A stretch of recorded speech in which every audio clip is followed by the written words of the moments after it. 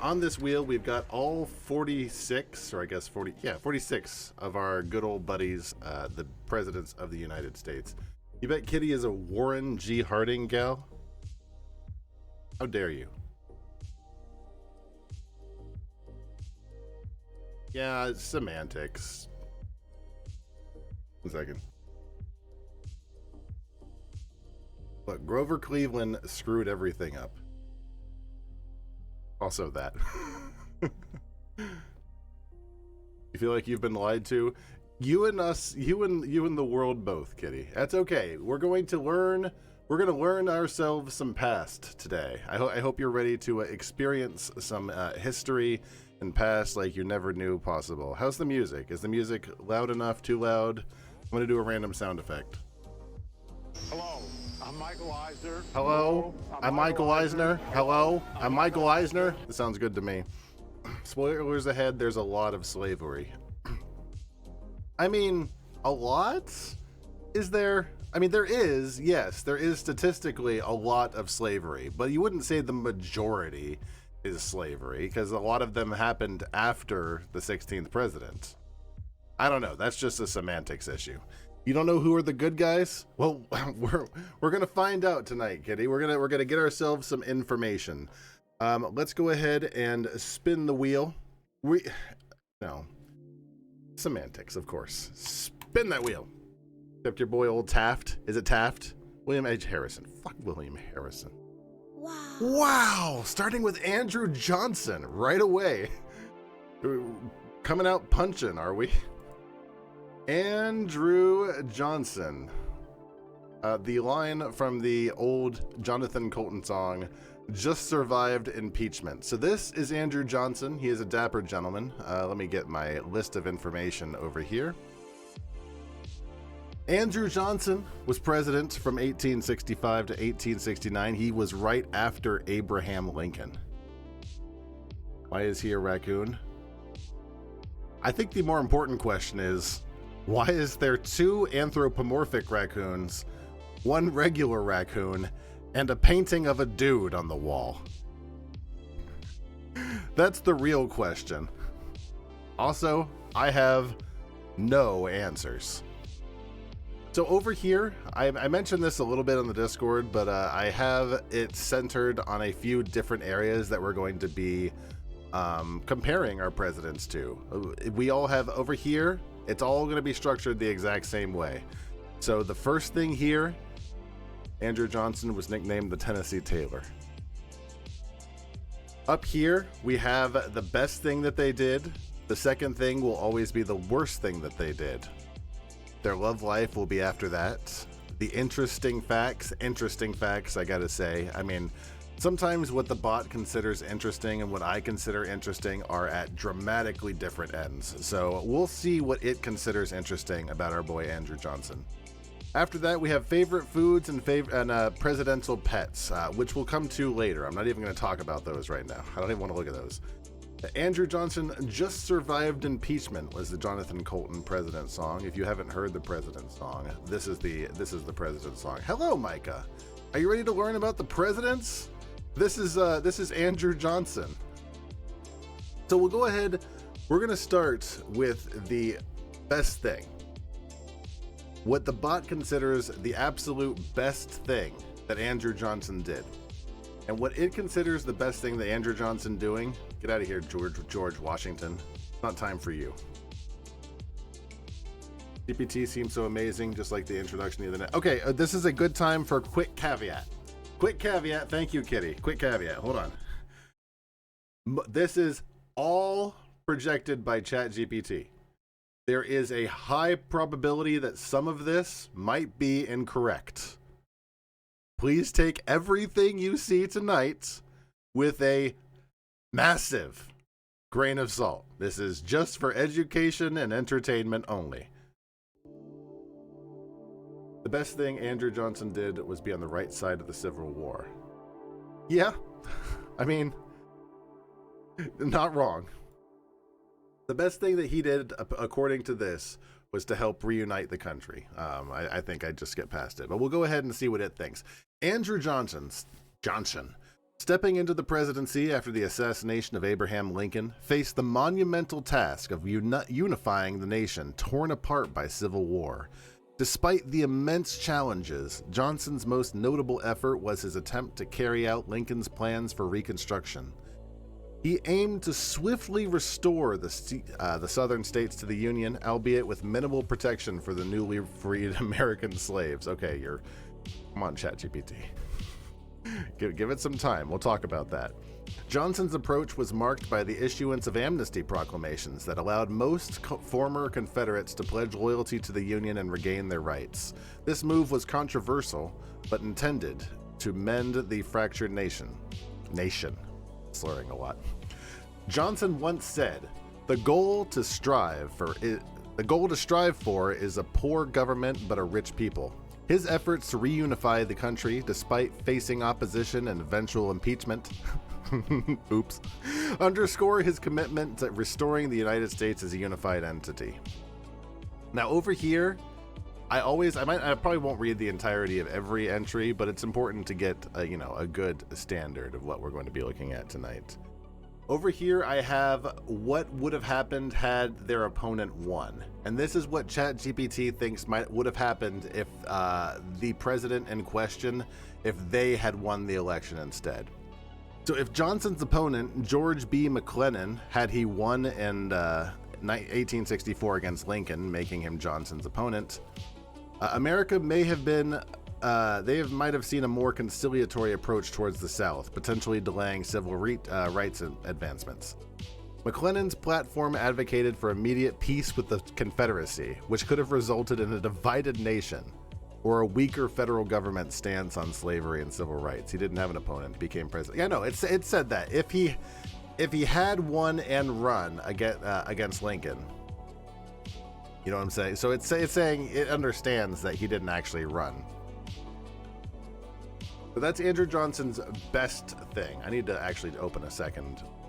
Now, here is what it considers his worst thing. His worst thing being his lenient Reconstruction policies failed to protect the freed slaves. Andrew Johnson's approach to Reconstruction is widely criticized for its leniency towards the southern states. Johnson's policies failed to secure the rights of newly freed slaves, allowing southern states to enact black codes that severely restricted their freedoms and economic opportunities. Despite the advancements of Congress to counteract these policies through the Civil Rights Act of 1866 and the 14th Amendment, Johnson's opposition to... Excuse me. Why did you oppose that? Why? Johnson's opposition to these measures and his numerous vetoes showcase the lack of commitment to equality and civil rights for African Americans. That's gonna knock you down some points there, my guy. You like how ChatGPT listed his best and worst, the same thing. That, unfortunately, that happens a lot, because honestly, the best thing that you and I, as left-leaning individuals, might consider terrible would be considered a win for the right. So I mean, like, it's got to be objectively speaking, like, this is what history considers their biggest achievements.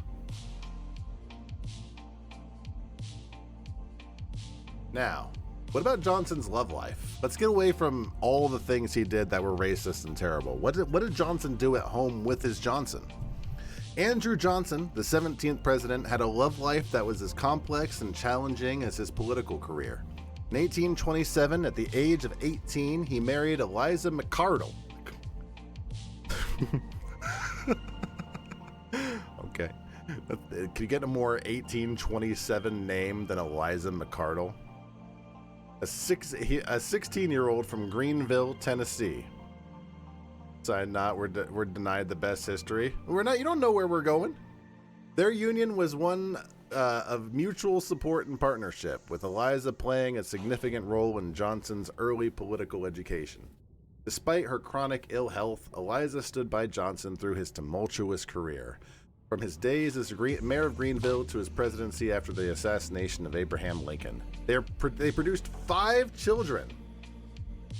The first Republican president candidate was a guy called Fremont, and he was derided by the people as being a big fan of free mounting. What the hell is free mounting? Eliza's health issues and Johnson's political controversies, including his impeachment, put their relationship to the test, yet their commitment to each other remained unwavering. Johnson was known to say, "The goal to strive for is a poor government but a rich people." Didn't we say that already? Reflecting his belief in humble beginnings and the importance of personal strength. Fucking whoever. I mean, that doesn't... Well, apparently his wife was into that. I don't know what to tell you. Let me see. I'm taking a look and seeing what his interesting fact is. His interesting fact seems to suck. His interesting fact is just talking about being conciliatory towards the South. Another interesting tidbit about Johnson was his personal background and how it contrasted with his presidency. Born into poverty in North Carolina, Johnson worked his way up from apprentice tailor to the President of the United States. He was the only Southern senator to remain loyal to the Union during the Civil War, which is a bold stance that eventually led to his vice presidential nomination alongside Lincoln. It's because of LBJ. Are you talking about the pants? Johnson's humble beginnings and loyalty during the war contrasted sharply with the president's turmoil and contentious relationship with Congress. Johnson went from tailor to president, clashed big time with Congress over how to treat the South post-war, and was almost booted out of office. What did Lady Bird Johnson do? That was, wasn't that the dog? Isn't that what they called their dog?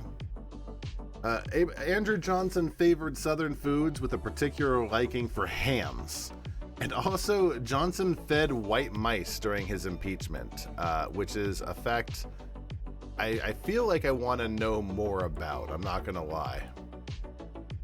Andrew Johnson, white mice. I didn't look this up, but he did befriend a family of white mice during his impeachment. Times were tumultuous, but he did continue. One business was a flour and grain mill, and when Johnson discovered the family of white mice in his bedroom, he used flour and grain from the mills to feed them. So he just hung out he just hung out and fed his mice while he was being impeached. I mean, that's one way to do things, I guess. So, real talk. Where's my... Oh god, do I not have my tier list even up? Am I just the absolute shit-assest streamer you've been in your life?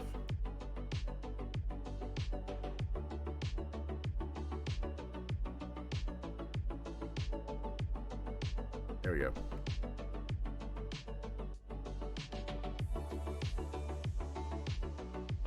This might end up being a problem because all of these old men are kind of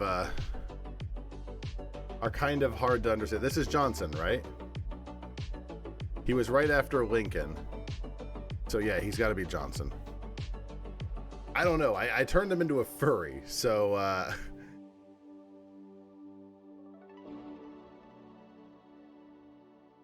hard to tell.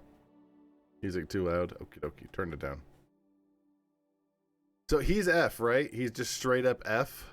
He sucks. He sucks ass.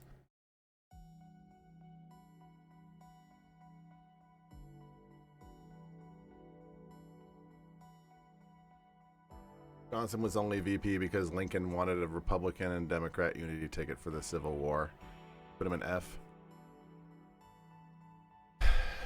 What did he do that could earn him, that could possibly earn him a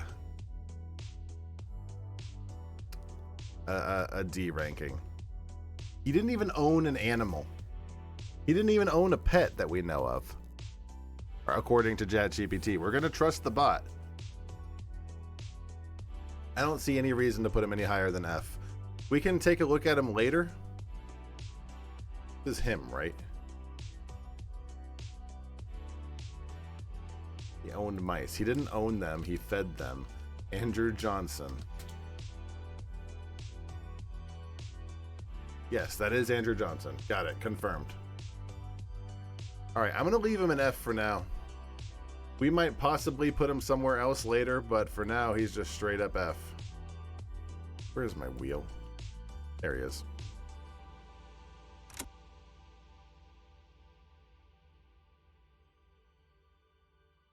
Wow. Rutherford B. Hayes. All right, get out of here, Andrew Johnson. Rutherford B. Hayes. Rutherford B. Hayes. I don't know what ChatGPT was thinking with this one. That doesn't look like him on either side. He also opposed the 14th Amendment. Yeah, he opposed a lot of these civil rights things where it's like, I can understand. I would have given him a D if at least he would have pretended to try. But the fact that he was straight up opposing them, yeah, that's not cool. That's not okay.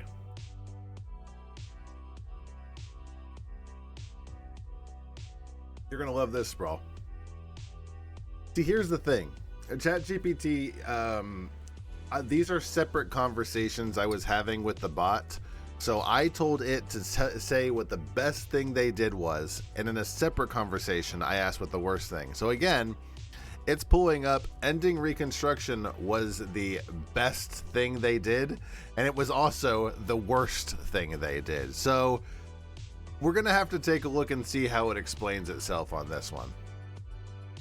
I don't think I'm going to read this whole thing. We could do the TLDR on this one. Though well-intentioned, Hayes' decision to end Reconstruction was a double-edged sword. It marked an effort to heal the divisions of the Civil War and restore sovereignty to Southern states.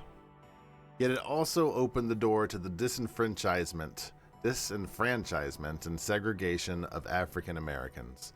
Hayes' vision was for a country unified and free of the animosities that had led to the Civil War, a noble but ultimately flawed aspiration that gave the era's deep-seated prejudices. Now, according to GPT, if Samuel J. Tilden had won the presidency, it's possible that Reconstruction may have continued longer, potentially leading to a different trajectory for civil rights and Southern politics. Tilden, a Democrat known for battling corruption, might have taken a less conciliatory approach towards the South, possibly enforcing stronger federal oversight. This could have resulted in either a faster integration of African Americans into political life or intensified resistance from Southern states. So, I mean, if the other guy had won, maybe things might have been better. Now, it doesn't seem like that's always the case. Sometimes the other guy winning might make things worse. Now, how do you explain yourself, GPT? Hayes ended Reconstruction by withdrawing federal troops from the South as part of a compromise of 1877, a deal that resolved the disputed 1876 election in his favor. This action effectively abandoned African Americans in the South to white supremacist governments, which enacted Jim Crow laws leading to widespread disenfranchisement and segregation. Hayes believed this would let the South have its own way, hoping it would heal the rift between the North and the South. However, this decision set back civil rights progress for nearly a century. He serves his party best who serves the country best. This quote from Hayes may reflect his intentions to unify the country, but his decision to end Reconstruction had the opposite effect for the African American rights and welfare. The speculative scenario is exactly the same. If Samuel Tilden had won, Reconstruction probably would have gone better. This isn't looking good for you, Rutherford. What's going on in your love life? I'm not gonna lie. You need a win, buddy.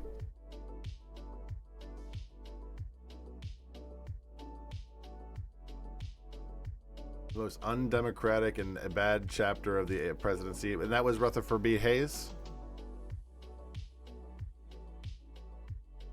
The 19th president had a love story that echoes the values of commitment and shared ideals. He married Lucy Ware Webb in 1852, who was not only his loving wife, but also a strong advocate for the temperance movement and an influencer in Hayes' stance against alcohol in the White House. Did he have something to do with Prohibition, or was this before it? No, this was way before that, right? Lucy, often called Lemonade Lucy, and Rutherford shared a partnership that was deeply rooted in mutual respect and shared values, with their relationship being a testament to the joint commitment to social causes and family. He lost the election, but cut a deal with southern states in order to get electoral votes to get elected, promising to pull troops out of the South. That's not looking great for old Hayes. The court will take that into account. Oh, look at Phantom. Look at that doggy. Look at that puppy.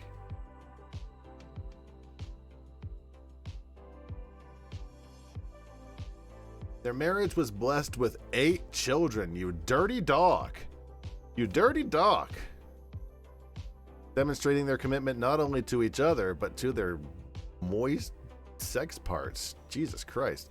The best part of the life of every man has everything to do with the public life. What? The best part of the life of every man who has anything to do with public life is the record of his relations to his family, his home, and his faith. Lucy's influence on Hayes was significant, especially her advocacy for education and her strong moral values, which shaped his presidential policies, including the historic ban on alcohol in the White House. Wasn't even Catholic. Yeah, they banned alcohol from the White House, so, take that as you will. But interesting facts. Come on, Hayes, give me something here. One of the most fascinating aspects of his tenure was his commitment to education and civil service reform. Despite the contentious election that led him to office, Hayes was determined to make a positive impact. He famously said, we already said that, this reflects the efforts to heal the nation post-Civil War and his attempts to protect the rights of African Americans, though with limited success due to the Compromise of 1870. You're trying, ChatGPT. With limited success due to the Reconstruction thing. Another intriguing part of Hayes' life was his family's decision to ban alcohol from the White House, which we already talked about. He was a bit of a tech enthusiast for the time. He installed the first telephone in the White House and was assigned the phone number 1. These unique aspects of his presidency and personal life showcase a man who was both a product of his time and a man with a forward-thinking looking vision. An unfortunate thing is women's suffrage was basically tied at the hip to prohibition. Votes for women, step in time. Hayes and his wife were known to have banned... Okay, Jesus, GPT. His favorite food was not documented. However, he apparently had canaries, cows, a goat, and the first Siamese cat in the U.S. The first Siamese cat in the U.S. named Siam. Oh, that's neat. It's not enough to get you to D, but it is enough to get you past Andrew Johnson. Where are you? Okay, I'm gonna need Lincoln as a barometer. Andrew Johnson. That's General. That's Grant.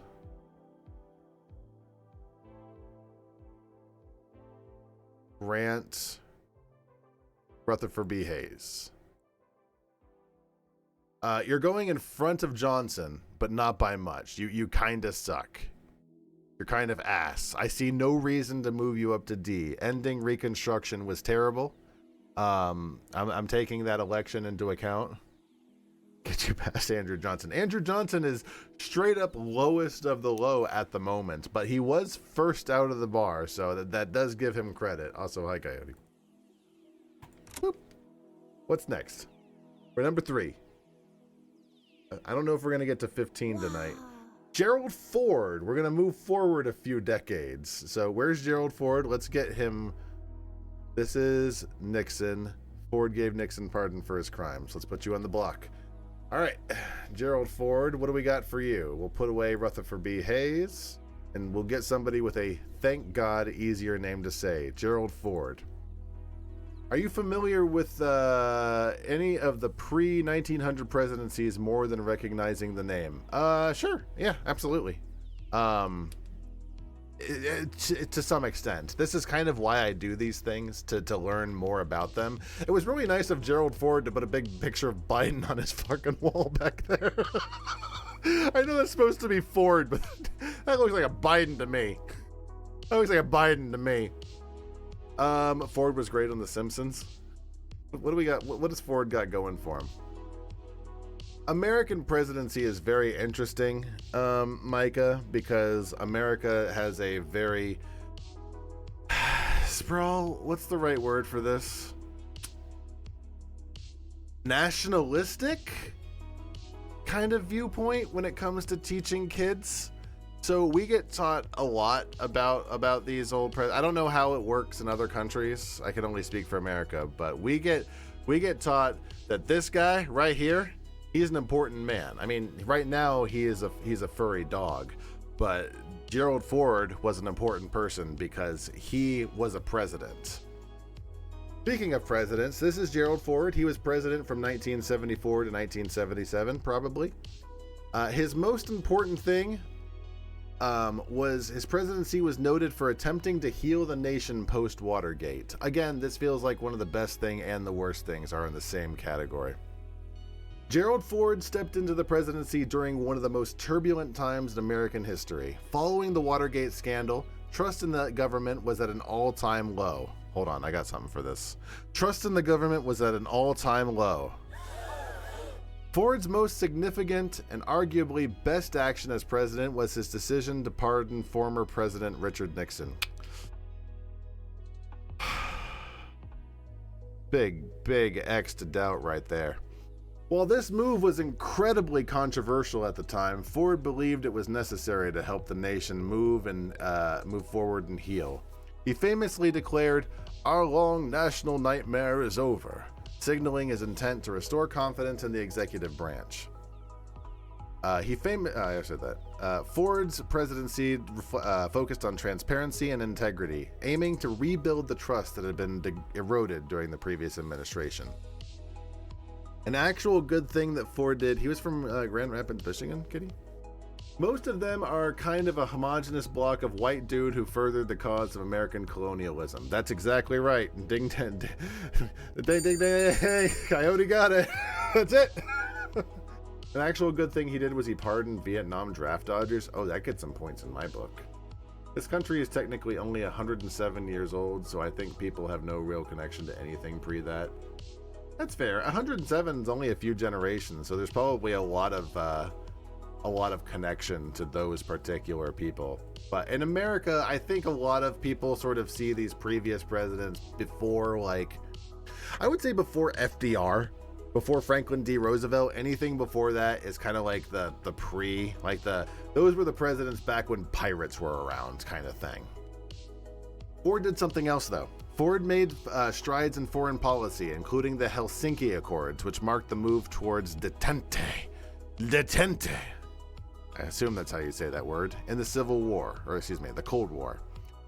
However, it's his domestic efforts to mend a fractured nation that stand out. By choosing to pardon Nixon, Ford put the country's need for unity and healing above his political career, a decision that most likely cost him the election in 1976, but earned him respect in the annals of history for its courage and selflessness.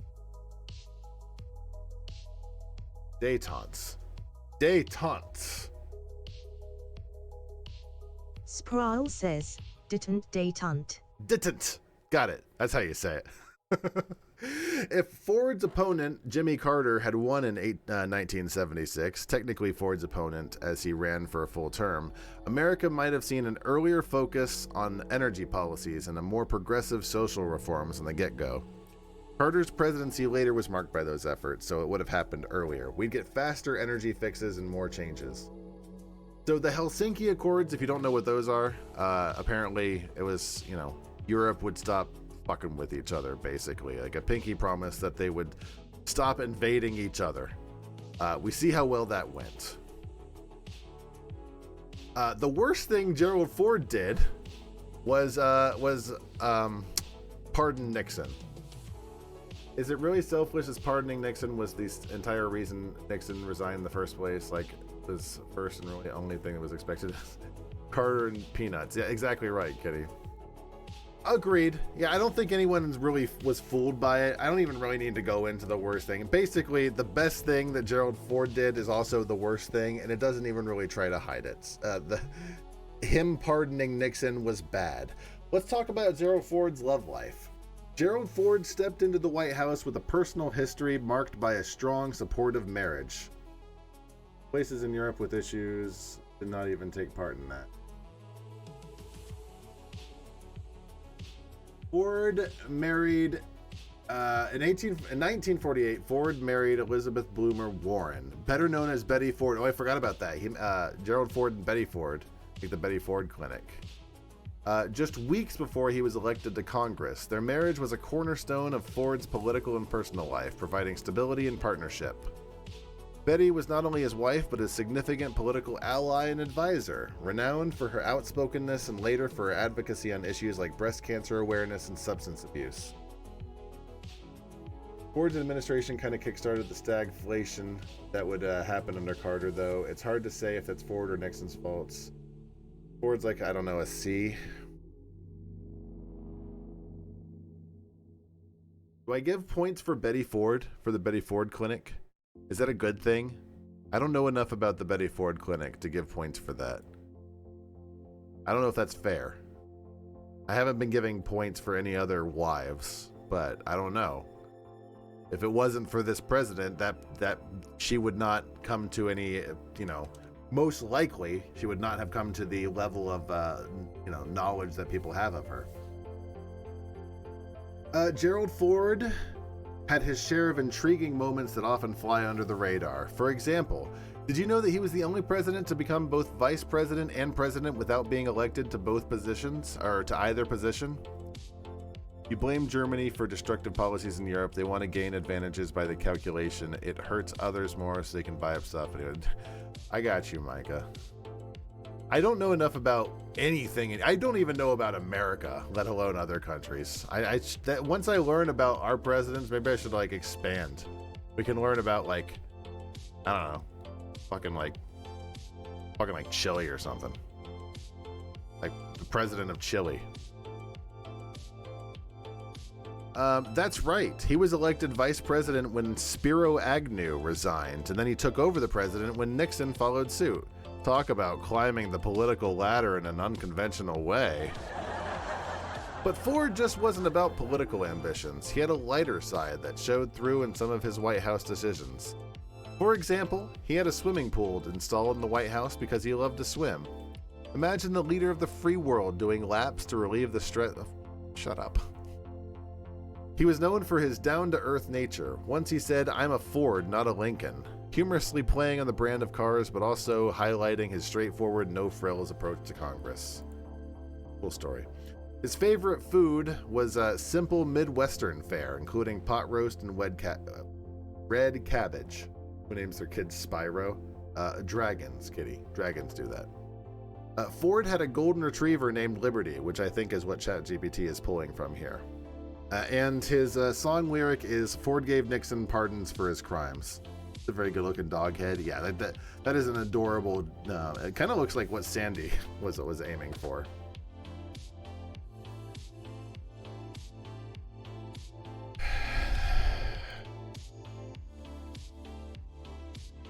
What did you do?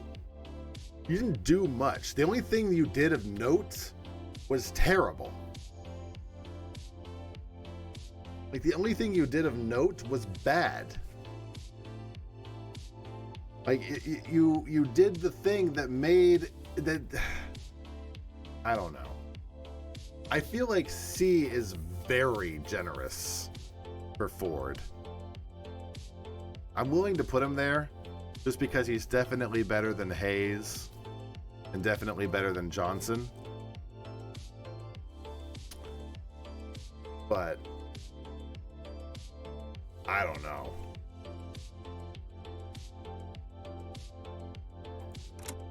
We'll see. We'll see what we get next. The least democratically wanted president in history. He didn't even get. To be fair, he didn't get a chance to even try. He gets point for the draft dodge thing, I guess. James Madison. Oh God, we're going real early. The birds make me laugh every time. Being unmemorable makes you one of the better than a bunch of presidents. Also true. But what does James Madison have going for him?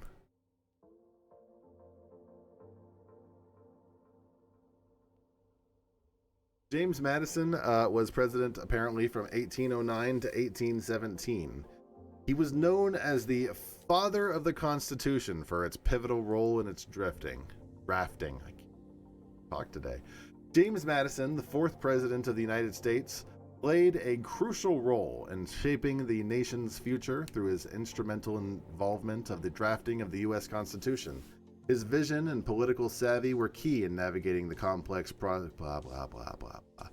His contributions weren't limited to just drafting. He also co-authored the Federalist Papers, a series of essays that helped to persuade the public and the states to adopt the Constitution. Madison once said the advancement of diffusion of knowledge is the only guardian of true liberty. I mean, Dolly? What was the bird? Polly.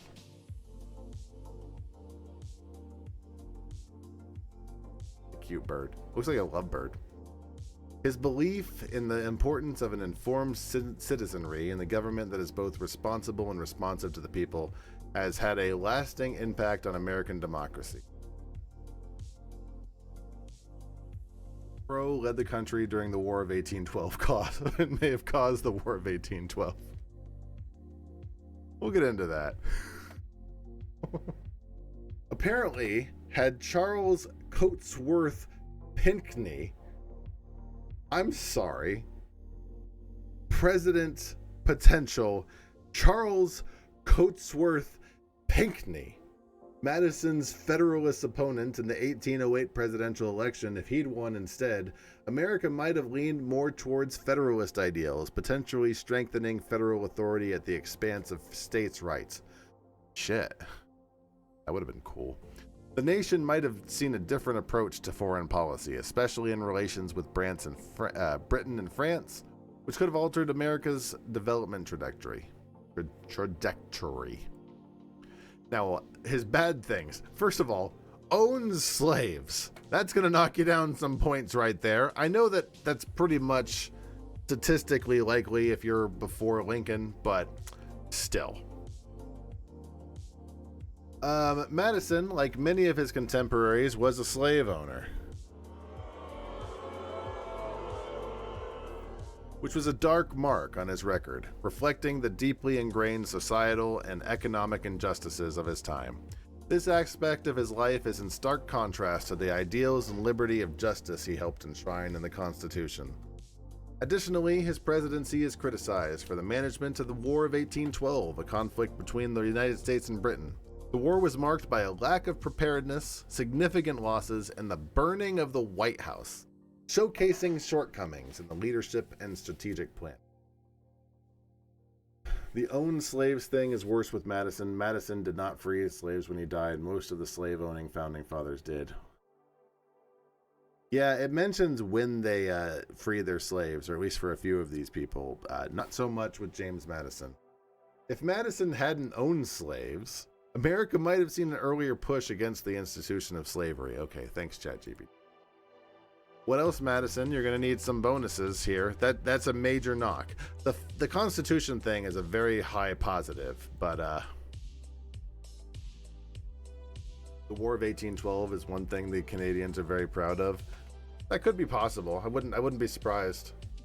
I mean, they whoever won the War of 1812, air quotes, won.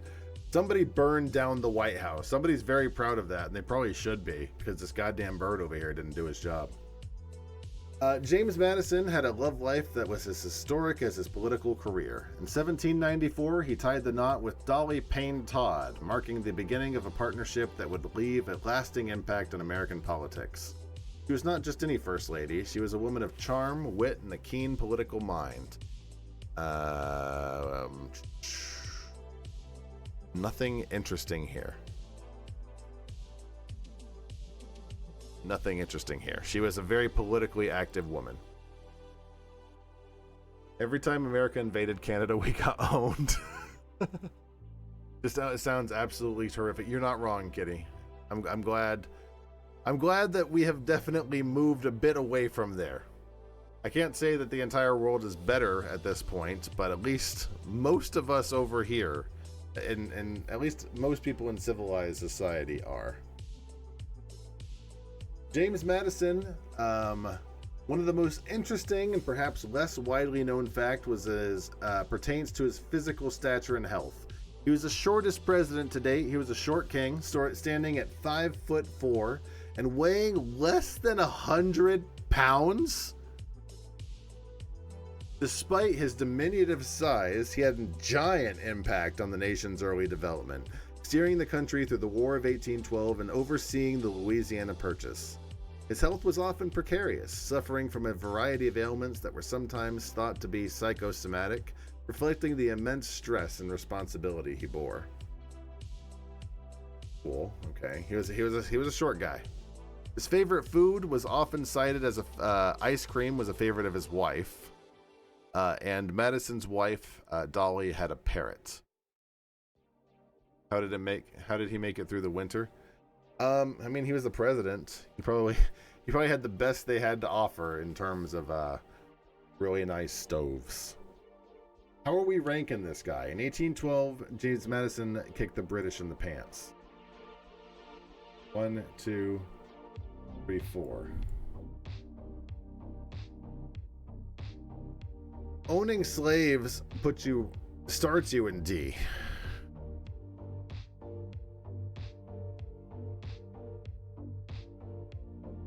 I mean, honestly, it kind of starts you in F.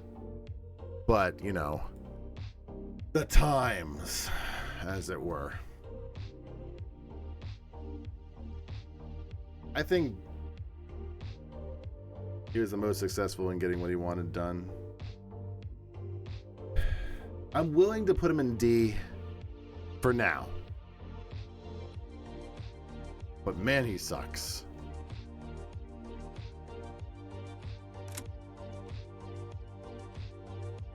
Excuse me. And he turned the American Navy from a laughingstock to competent. That is good. Those are some good things. John Tyler, he annexed Texas from Mexico. I know that much. God, what does John Tyler look like? I've messed up the thing so much that I don't know. I don't remember who is where. John, I can't look at my notes because that's just going to be a goddamn furry. John Tyler. Oh God, he looks like a goddamn ghoul. He looks like a ghoul. He's a ghoul. Where is he? Here he is. 1-year president died after drinking a glass of milk. I think I looked that up and it ended up being like an urban legend, Sprawl. Apparently he had throat cancer, but that might just be big government trying to make him seem cool. John Tyler. John Tyler, also one of the most interesting animals from ChatGPT. He actually is just straight up a dog. It was Grant, right? General Grant.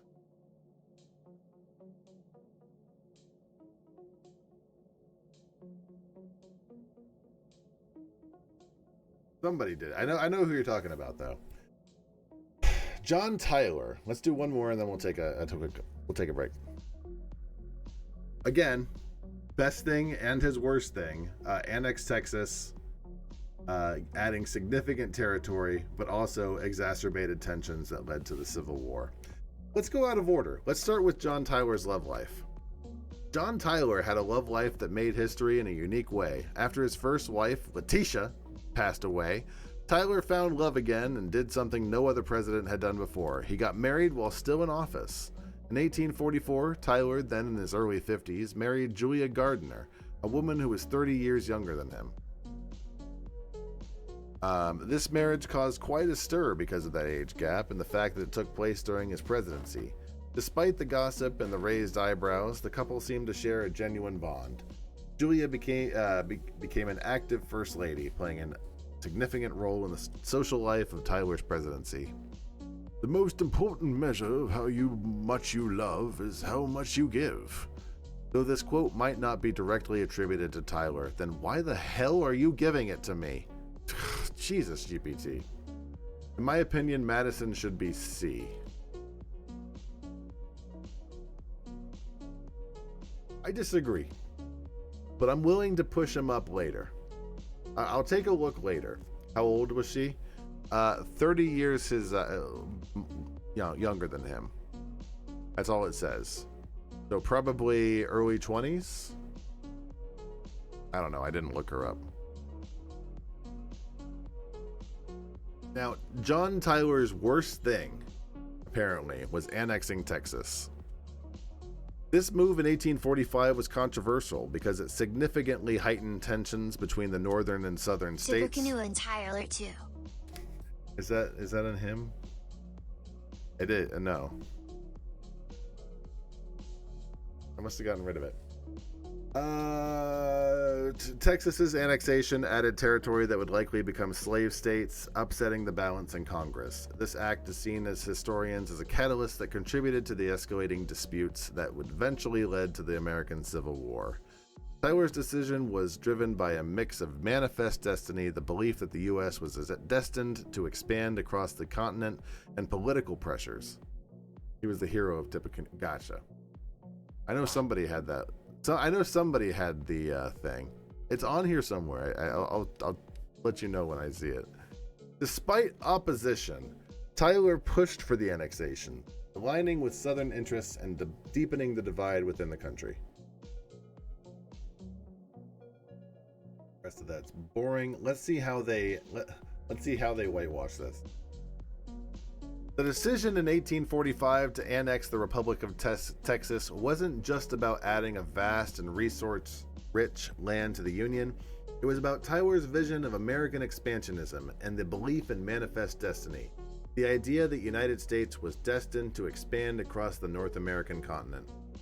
Tyler faced considerable opposition, both from his own administration and from Congress, as well as from Mexico, which still considered Texas as part of his territory.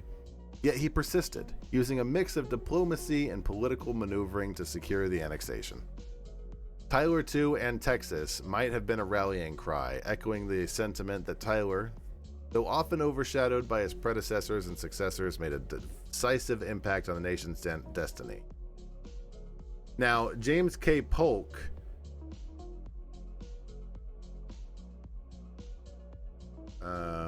that's not interesting. Never mind.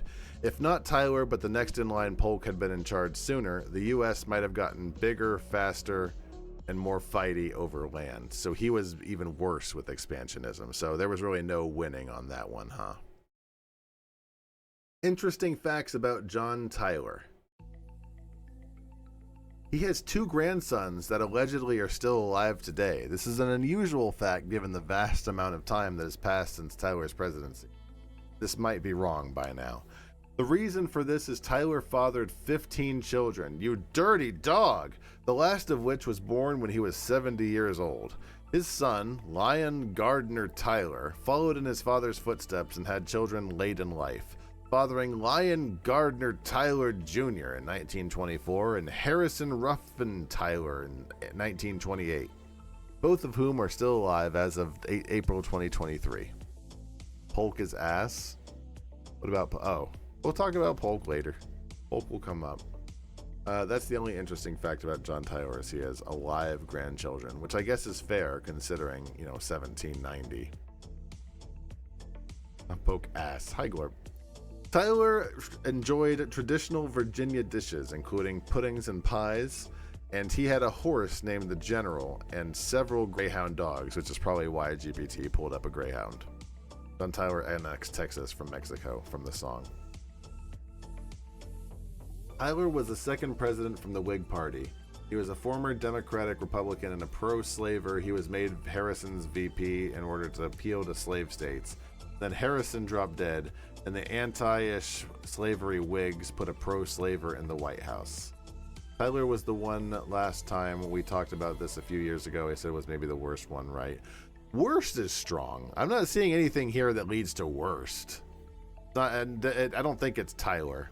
He's not great. I'm not seeing anything here that he owns slaves. Did Tyler own slaves? Putting up on the chopping block.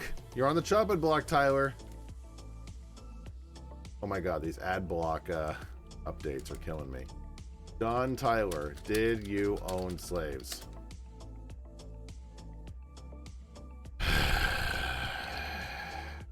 Hold on.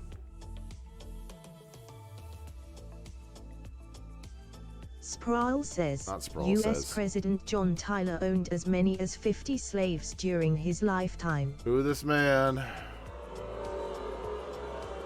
Boo. Polk is worse than him. Tyler is the only former president to join the Confederacy. Jackson still gets your vote as worse. Jackson's pretty bad. We'll talk about him later.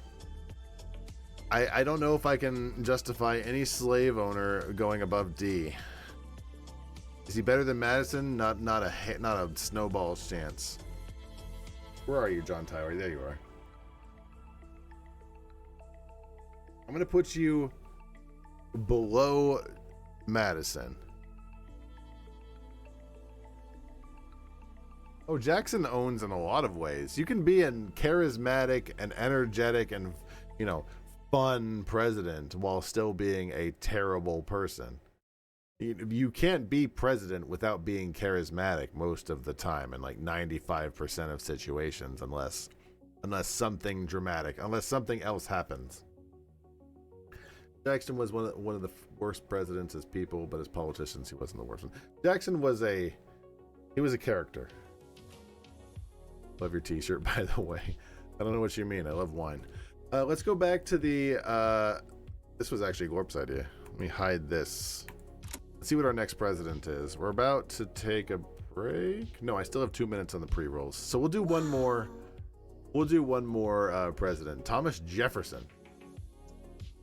See what you said about the Confederacy? What did you say? Tyler is the only former president to join the Confederacy. That's pretty bad.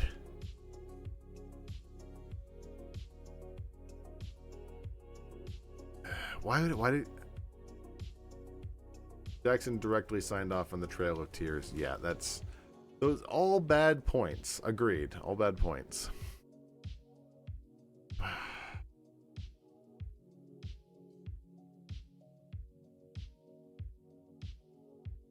I'm willing to move him up to the top of F just for that.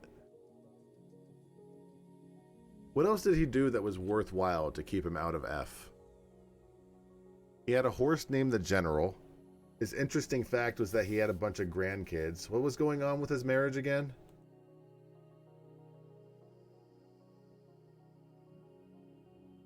He married someone like 30 years his senior. No, he's going in F. No, going in F. Get out of here, John Tyler. I'm willing to put you at the top of F, but that's it. I already did Thomas Jefferson. Washington... John Adams, Jefferson made the Louisiana. Jefferson. Okay, it's time for pre-rolls in about 40 seconds, so we'll get that going. But let me at least put up on the screen who we're going to be judging. Jefferson, number 3. Oh, God. So, I thought this was funny last night. There is no penis there. It just kind of looks like there is. So avert your eyes, you pure children, not children, you pure beings. But this is Thomas Jefferson, and that is what ChatGPT decided. There you go. While we're taking break, you can read what's going on with Thomas Jefferson over here. Oh my God, Thomas Jefferson had Sally Hemings. I see another F coming. That's not a sex thing. I'll be back in 3 minutes.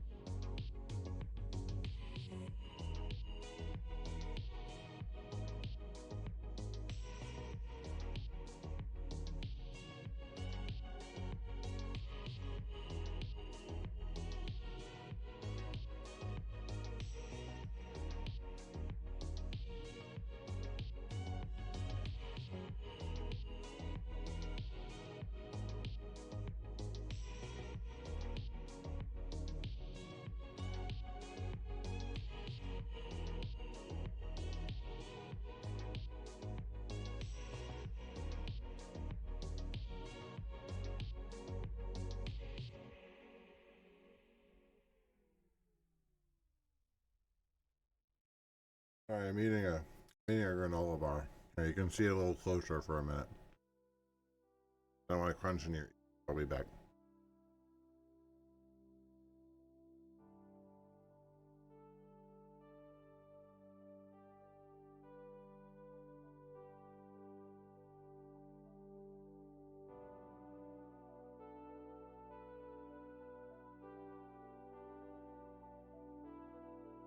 The story of Mulan had been told in China for almost 1,500 years before Disney decided to make it into an animated movie.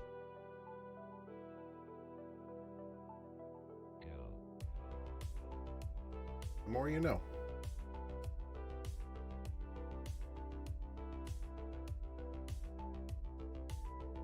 Oh god. Those oats and honey, I don't know if you've ever had those or ever heard of them.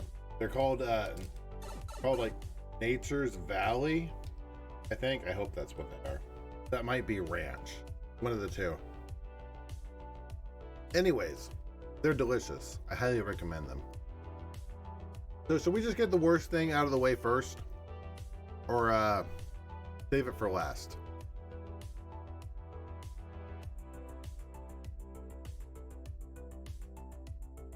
Let's see. Let's go ahead and hit the first thing best. The best thing first, excuse me. Thomas Jefferson penned the Declaration of Independence. This document, more than just a declaration of the American colonies' independence from British rule, didn't that happen before he became president? That happened before he became president.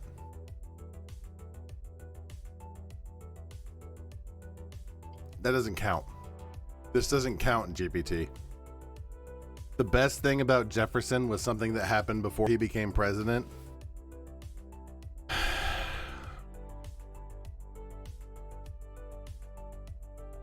If John Adams, Jefferson's main opponent in 1800, had won instead of him, America might have followed a more federalist approach, at least this is accurate, during those formative years, potentially emphasizing a stronger central government and perhaps a less aggressive expansion westward.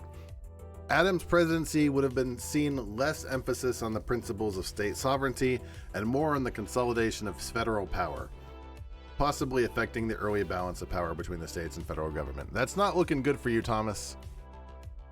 All right, why don't we just hit it right now? One of the most criticized aspects of his life is the ownership of slaves. Jefferson owned hundreds of slaves over his lifetime, and despite his public expressions against slavery, he did not free all of his slaves in his will, freeing only a few.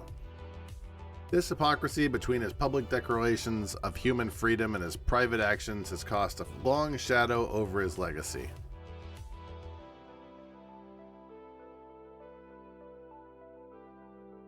Sproul says, during his last remaining days in office, Tyler decided to go out with a bang. He sent out about 2,000 invitations to a massive kegger at the White House and over 3,000 people showed up. Several barrels of wine and 8 dozen bottles of champagne Why later, did you write wine the place was wrecked WH? and Tyler pieced out with, "They cannot say now that I'm a president without a party." Why was it a WH wine? This hypocrisy, we already did that. Additionally, Jefferson's relation with Sally Hemings, an enslaved woman at Monticello, has become a focal point of controversy. DNA evidence has substantiated claims that Jefferson fathered children with Hemings, which further complicates his legacy by highlighting the power imbalances and ethical dilemmas inherent in such relationships. Boo this man! The party on January 6th. No, that was a different thing. How about we talk about the love life that doesn't involve Sally Hemings, please? He was deeply in love with his wife, Martha Wales Skelton Jefferson, who unfortunately passed away in 1782, leaving him heartbroken. Jefferson killed pirates. Jefferson famously said, "The earth is given as a common stock for men to labor and walk upon and live on," reflecting his philosophical views, but not much is directly quoted about his personal loss. And why did you tell it to me then? He honored her memory by never remarrying, a testament to his profound affection and loyalty. I have no sympathy for that. You're going right to the bottom of F. Pretty close, buddy. Maybe not. What reason do I have to put him above Johnson? See the word Sally Hemings right there? Oh yeah, I have a whole article on Sally Hemings if we want to learn more about Sally Hemings. Sally Hemings was of mixed race, the daughter of an enslaved woman named Elizabeth Hemings and John Wales, Thomas Jefferson's father-in-law, making her the half-sister of Jefferson's wife, Martha Wales Jefferson. Fuck off, Thomas Jefferson. Holy shit. After Martha's death, it is widely believed that Thomas Jefferson fathered several of Sally Hemings' children. The Hemings children were thus Jefferson's wife's half-siblings as well as his own. It was a product of his time while Tyler and Jefferson wanted to go back to that time.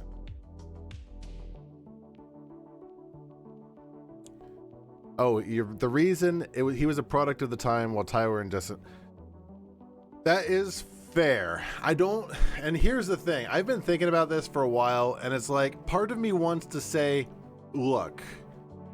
A lot of this, obviously, they were a product of their upbringing, of the climate of the time.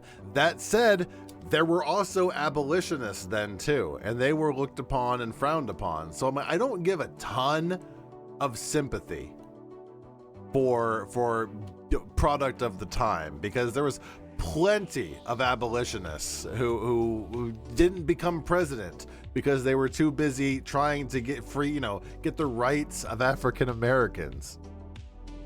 The good of his presidency is basically entirely central on foreign policy, Louisiana Purchase, and American. Did Jefferson did do the Louisiana Purchase, didn't he? Why isn't that in the positives? Why didn't you include that in the positives? Was that in the positives? They didn't include the Louisiana Purchase in the positive? Okay, well that definitely gets you to the top of F. Just because people were abolitionists doesn't mean they believe black people were equal. It's more complicated than that. True, agreed. I use abolitionists as a catch-all for, for people who were anti-slavery, but I know it's more nuanced than that. The Louisiana Purchase is like the only thing you learn about them in school. I don't know. It even says it at the bottom here. That's silly, because the only good, you know what? I have a backup for this. I have a whole sheet of information of other stuff about Jefferson. Let's take a look at his most important stories. The Louisiana Purchase, number 1. Doubled the size of the United States. Lewis and Clark Expedition. Why am I not going to this page? I forgot I did this. Lewis and Clark Expedition, 1804 to 1806. He sent out Lewis and Clark. The Embargo Act of 1807. He implemented the Embargo Act, which banned American ships from docking at foreign ports. By the way, these are most important stories, not necessarily the best stories. Marbury versus Madison. Though not directly Jefferson's action, the Supreme Court case established the principle. Okay, then I don't care. I don't care then. His 3 biggest failures: the Embargo Act, slavery, I'm not sure why that's not number 1, and the Burr conspiracy, which I don't care about. He invented the swivel chair. He's another one. Jackson's a terrible person, but not a terrible politician. I think I'm ready to give Jefferson a ranking.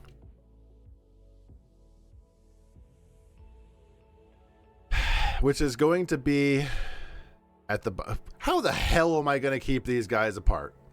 These two look exactly the same.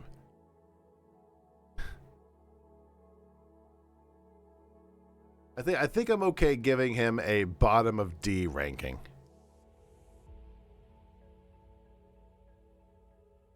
I think this is Jefferson. I don't know. I need a list. Hold on. President facial mugshot? I don't know the word. Not mugshot. That's a Trump thing. Facial President faces. I just get Mount Rushmore. Cool. You don't like him, he's bottom of D or top of F because a lot of his policies are really bad. I'm gonna do use function. This, God. I've forgotten what we've done. This is Tyler. This is Hayes. This is Johnson. This is Ford. This is Jefferson. And I don't remember who that is. That's Madison. Yes, that's Madison. So little guy, little tiny guy, under 100 pounds. That guy right there, that's Madison. Where's my list? I'm not using Trump's mugshot, but I might, if I remembered, I might have. Have we not done Benjamin Harris yet? I thought we did Benjamin Harrison.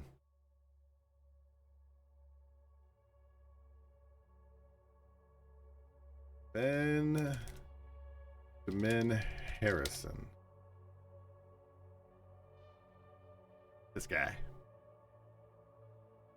I'm never going to be able to keep these guys. I'm never going to be able to remember who these guys are. This guy here with the big beard. He, tonight, will be cosplayed Benjamin Harrison, number 23. I literally laughed out loud when this got rolled. And it still makes me laugh. Every time I see Benjamin Harrison, the stupid possum. He's one of the Captain Planet villains. He looks like anime. In fact, I think I might have done like 80s anime villain. Or not anime villain, anime cosplay. Benjamin Harrison. Let's take a look at... I'm going to take a look at this page. His 5 most important stories. The Sherman Antitrust Act of 1890. The McKinley Tariff of 1890. The Panic of 1893, basically from the McKinley Tariff. The expansion of the Navy and civil rights. The rest of this looks boring, so we're going to go back to the quick sheets. I just want to make sure there wasn't anything we needed to know. It looks like the quick sheet's covering this. He is adorable, isn't he? You just want to just pet his little head.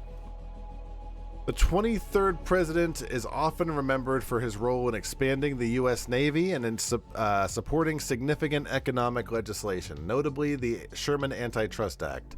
Sherman recognized the growing importance of sea power for national defense and international trade. He championed the modernization of the Navy, transitioning it from a collection of aging wooden ships to a more formidable force with steel-hulled vessels. Moreover, Harrison's support of the Sherman Antitrust Act in 1890 demonstrated his commitments to regulating big business and addressing the concerns of monopoly. Harrison is maybe top 10 if I remember. He seems like I don't have anything negative to say about him so far. It seems like he's breaking up monopolies here. TLDR, Benjamin Harrison beefed up the Navy and backed the Sherman Antitrust Act, making the U.S. a naval powerhouse and fighting big business monopolies. Now, if Grover Cleveland had won instead of him, it might have seen less military expansion during this time and a slower approach to antitrust legislation. He created the National Forest Reserve, so there's a lot of, there's a lot that it's not going to be able to pick up because, I asked it for like one thing. Now, what were the negative things about old Ben? His role in overseeing the McKinley Tariff Act. This piece of legislation significantly raised tariffs on imports to nearly 50%. Holy shit! The highest level they'd been in the U.S. The intention behind the tariffs was to protect domestic industries from foreign competition. But the effect was a sharp increase to the cost. Yeah, no shit. No shit. This led to the widespread discontent and contributed to the economic distress of the time. Additionally, Harrison's administration was known for its high levels of federal spending, which included lavish expenditures on Civil War pensions. Oh. Oh, this spending further strained the country's budget and was criticized for favoring certain groups over others. The people should support and protect the industries of the country by such legislation as will enable them to maintain the competition of foreign manufacturers. Give him the ST for the tariffs alone. The balls on this man. That sucks. That sucks. 50% tariffs? That sucks. What was Trump trying to get? Like 15? Even that sucked. That sucks. What do you got going on in your home life, man? I mean, I don't care. It's not my problem. And people had to pay more money.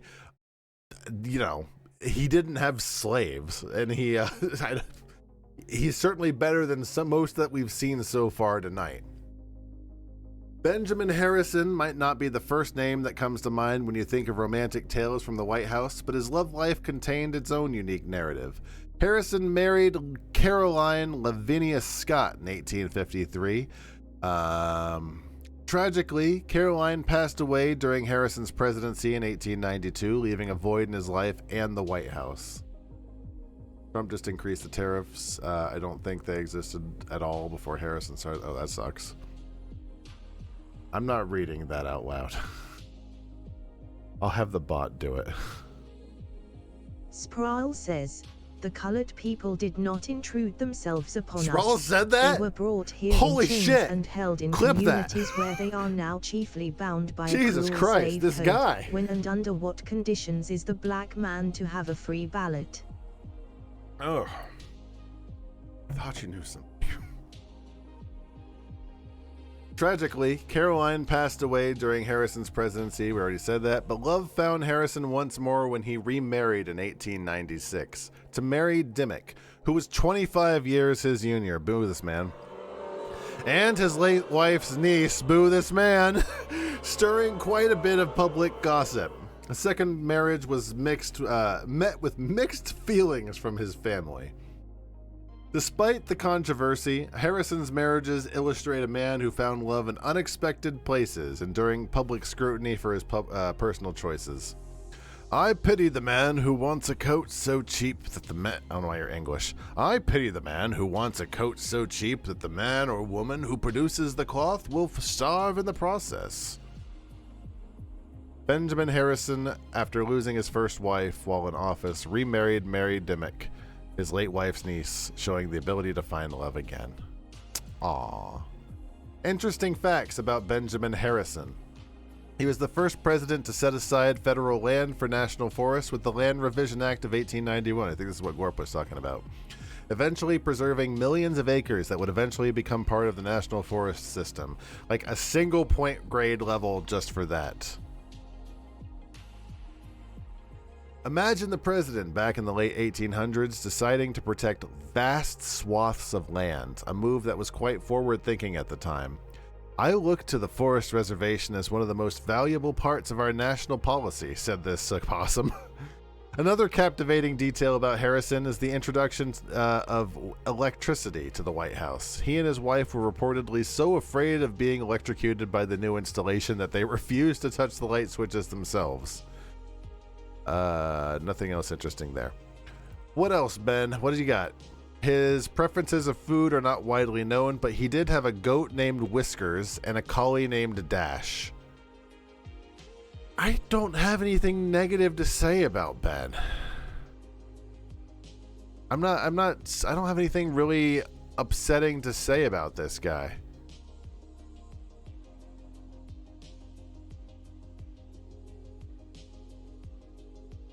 Oh, God.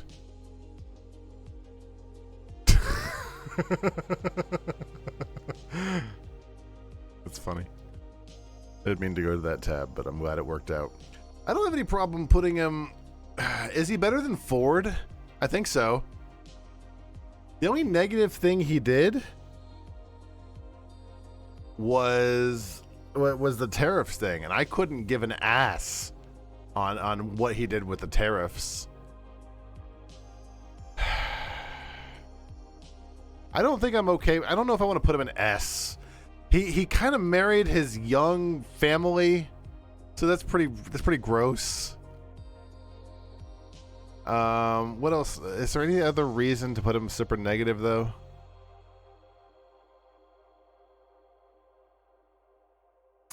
I don't. You know what? I'm okay putting him in A. I'm okay putting him in A.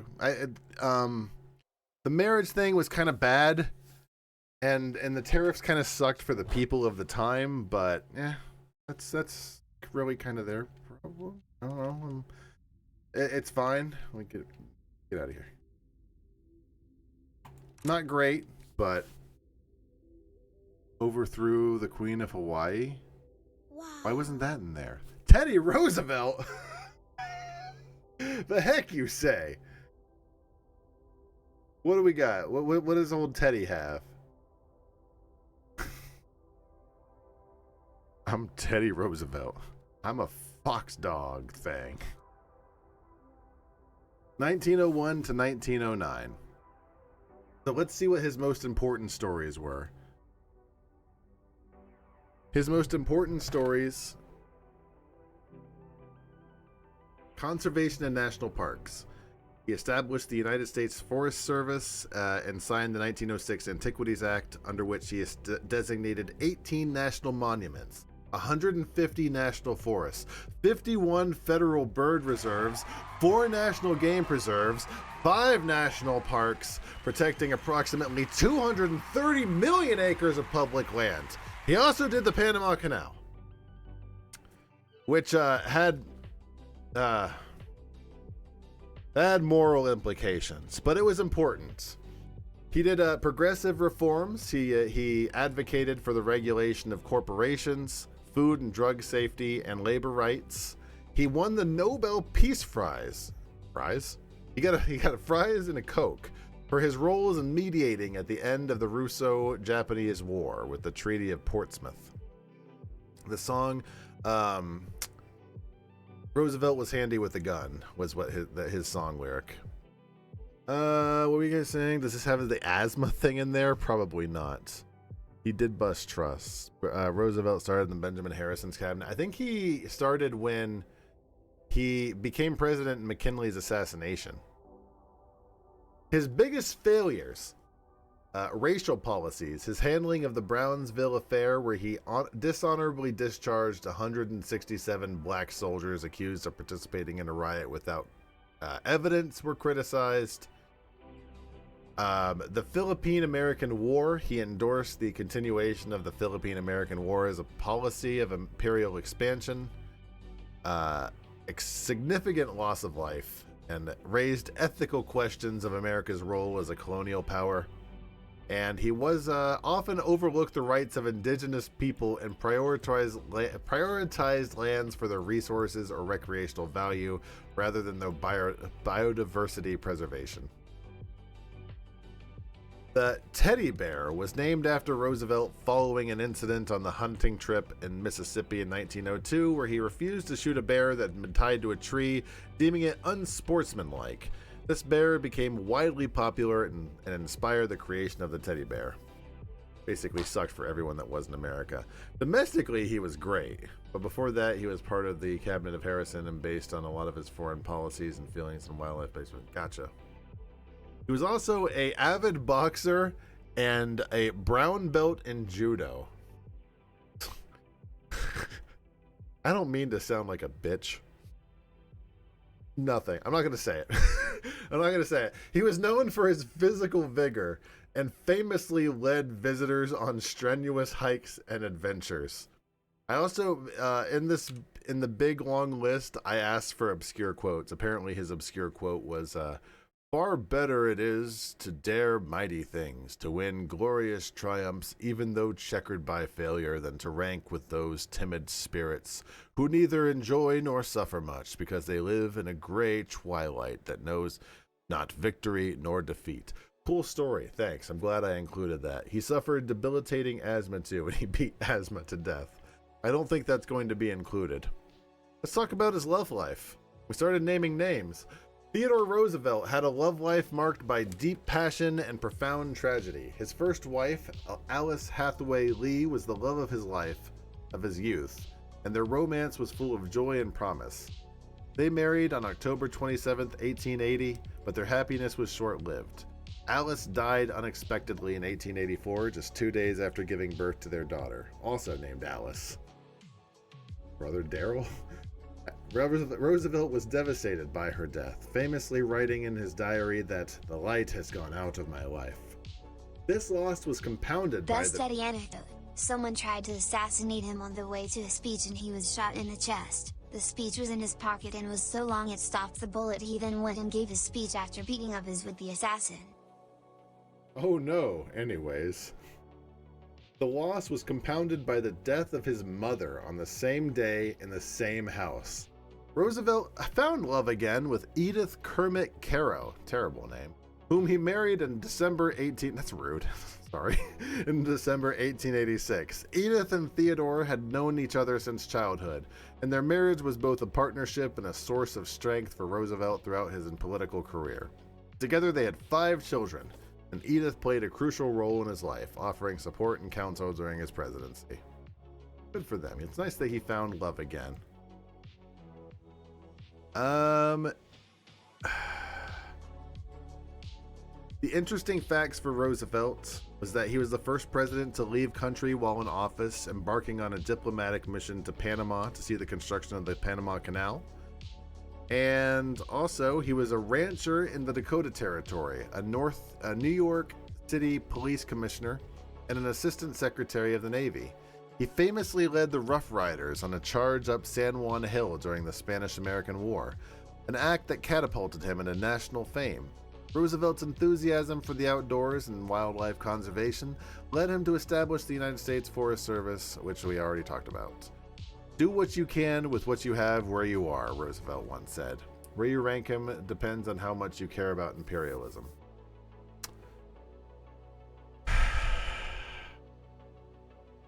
I do care about imperialism. Roosevelt was fond of wild game and famously enjoyed a glass of milk with meals. Roosevelt had a famously large and varied collection of pets, including a bear, a badger, guinea pigs, dogs, a pony, and many more. Used to think he was cute. Roosevelt's cute. I'd fuck him. Nah, can't be lower than B. I don't think he's a... Let me look.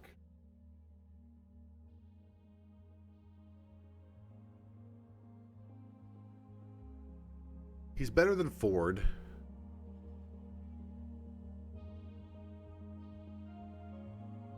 I think I'm okay. Yeah, I think I'm okay putting him in A. I'm going to put him under Harrison. But he's got some negatives that's keeping him from S. Definitely. He's got some problems. But progressively, for the time, he's got a lot of positives too. So he's got a lot of stuff going for him.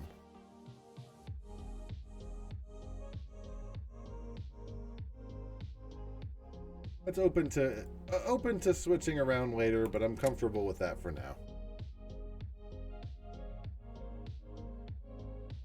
Wow. George H.W. Bush. We're just going all over the place today.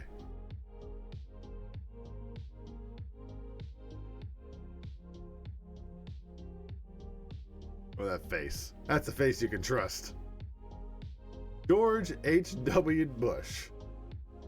George Herbert Walker Bush, from 1989 to 1993, Vice President Dan Quayle, succeeded by Bill Clinton. George H.W. Bush was born in 1924 in Massachusetts. He served as a U.S. naval pilot during World War II, attended Yale, and embarked on a career in the oil industry. He was a U.S. congressman, ambassador to the United Nations, chief of the U.S. Liaison Office in the People's Republic of China, director of the CIA. What? H.W. Bush was a director of the CIA? He beat Michael Dukakis in 1988. His campaign was marked by a strong emphasis on Reagan's policies and the Read My Lips, No New Taxes pledge.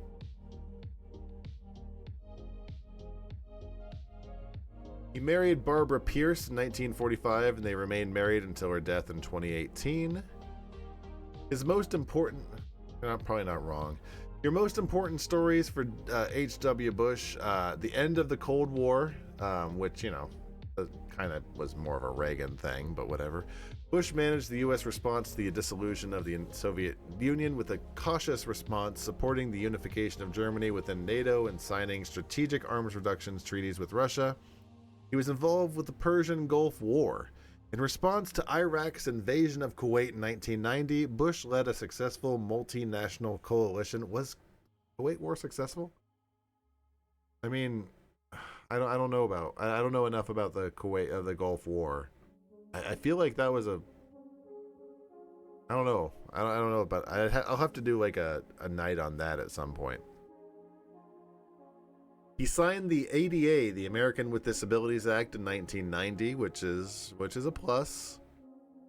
Despite his campaign promise, he agreed to a budget that included tax increases, which contributed to the economic discontent and his loss of re-election.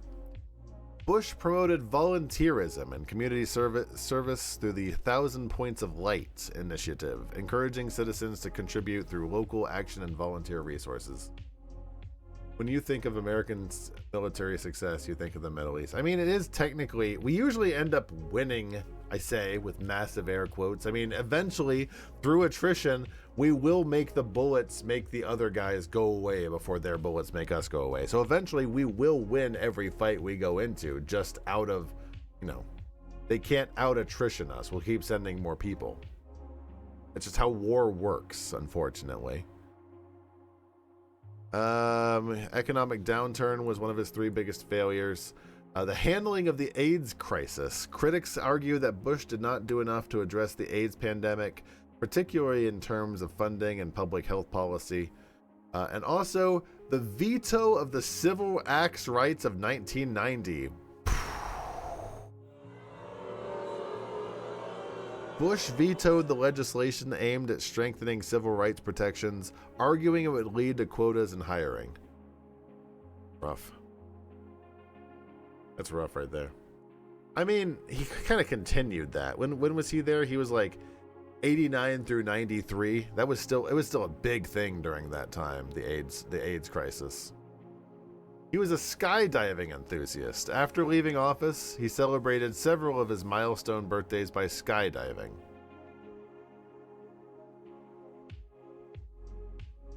I've heard that too. Yeah, I mean, it seems like it definitely fell into the realm of a H.W. Bush failure. Sock fashion. Let's be a little lighter. That Bush was known for his love of wearing colorful and patterned socks, a personal quirk that garnered much media attention. Oh, isn't that adorable? He wears socks. Is furry H. Bush standing in front of a picture of his son? I gave the bot instructions to stand in front of a picture of itself. I don't know. I don't know why. It sounds like you're right, but. Interesting facts about H.W. Bush. Oh, apparently Bush was known for his adventurous palate, or lack thereof. He famously disliked broccoli to the point of banning it from Air Force One. Look at the hands. Why is one of his hands a hand and one is a glove? Dog creature. That's a very good question. I didn't actually. I'm gonna let you in on a little secret. I did not vet most of this information. So I did a disclaimer in the beginning, but obviously it's ChatGPT, so take it with a grain of salt. That said, I didn't vet a lot of this. I didn't vet the pictures. I didn't see what so closely. I wanted to look at it at the same time as you guys. So if there's anything super interesting that you noticed that I obviously have not noticed yet, yeah, definitely let me know. Bush apparently said, I do not like I can't do a Bush impression. I don't remember what H.W. Bush sounded like. I do not like broccoli. I haven't liked it since I was a little kid. My mother made me eat it. And I'm president of the United States and I'm not going to eat more broccoli. Actually, probably pretty close. This quote became symbolic of his straightforward and often humorous communication style. He was a World War II hero turned president. How can you hate broccoli? Broccoli is delicious. Bush is well known for his dislike of broccoli, but he enjoyed pork rinds. This bitch made it to like his 90s. Not a World War II hero. That's what it said.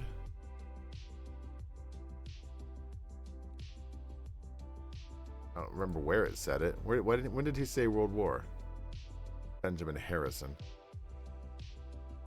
George Bush. He was a U.S. naval pilot during World War II. I mean, you know, hero is take with a big grain of salt, but allegedly he was in World War II.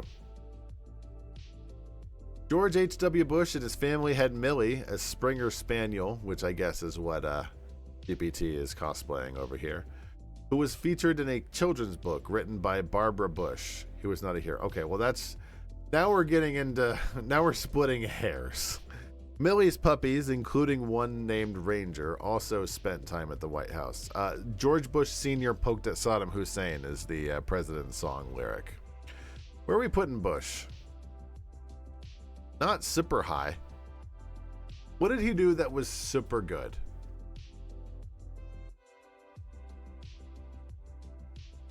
He did make the Gulf War actually a success, I suppose. If you consider the Gulf War a success, that's his success. He didn't own any slaves. I feel like it feels insincere to put them on the same level as like a slave owners. Where's George H.W. Bush? Get up there, you nut. Let us access that sweet, sweet Kuwaiti oil. I'm going to put him now, like George H.W. Bush versus James Madison. I don't know if I'm willing to do that. I don't know if I can put President George H.W. Bush above James Madison.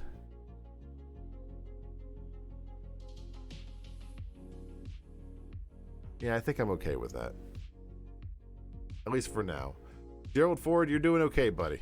But you're nice here. He didn't do much. Outside of that, what did he do? Wow. A Gulf War was just... It was reactionary, which was a positive thing. But that's like saying George W. Bush was a good president for his response to 9/11, which argue whatever you want. The invasion was a terrible thing, but we'll talk about that later. Ford our bar. From good to bad presidents. I mean, Ford is kind of like tepid water, so I guess so. Zachary Taylor. Let me look up what you look like first.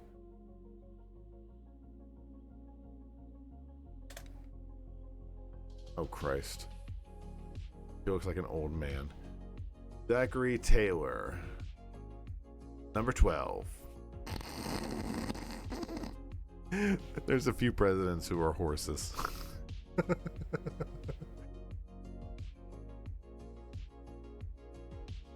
Let's see what Zachary Taylor has to say for himself. Let me find his actual picture. I know it's not actually a horse. I think it's...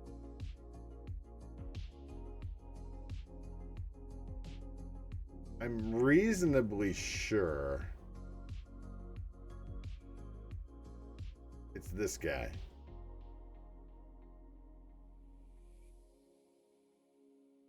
I'm pretty sure that's Zachary Taylor. It's hard to tell because like you can't actually see anything with these things on tier list. I wish they'd put like a number on there. July 4th, 1850, President Taylor was attending a ceremony at the construction of the Washington Monument, on a particularly hot day, where he reportedly ate copious amounts of raw cherries and then downed gallons of cold milk and lemonade. I'm pretty sure I have something in. I looked that up. Where is it?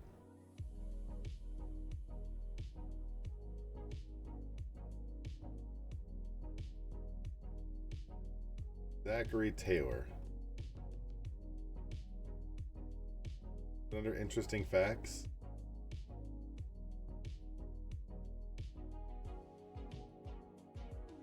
Okay, here we go. Interesting facts for Zachary Taylor. Zachary Taylor, who served... Okay, whatever. Holds a place in history for a number of reasons, but some of the most bizarre and interesting facts about him is related to his death and subsequent exhumation of his body nearly 140 years later. Taylor died just after 16 months in office, after attending 4th of July celebrations, as Sproul mentioned. At the time, his death was attributed to natural causes, specifically to a digestive ailment possibly caused by consuming raw fruit and iced milk. However, theories and speculation about the actual cause of his death, including the possibility of poisoning due to his political stance on slavery, persisted long after his passing. In 1991, some bored-ass scientist exhumed Taylor's body to conduct tests that would potentially confirm or refute the theory that he'd been poisoned, possibly with arsenic. This was a significant event, as it was a rare instance of exhuming a U.S. president for forensic analysis. I bet you he smelled terrible. The tests ultimately found that Taylor's arsenic levels were not high enough to suggest poisoning, supporting the likelihood that he was just a little arsenicked. He just had a little poison.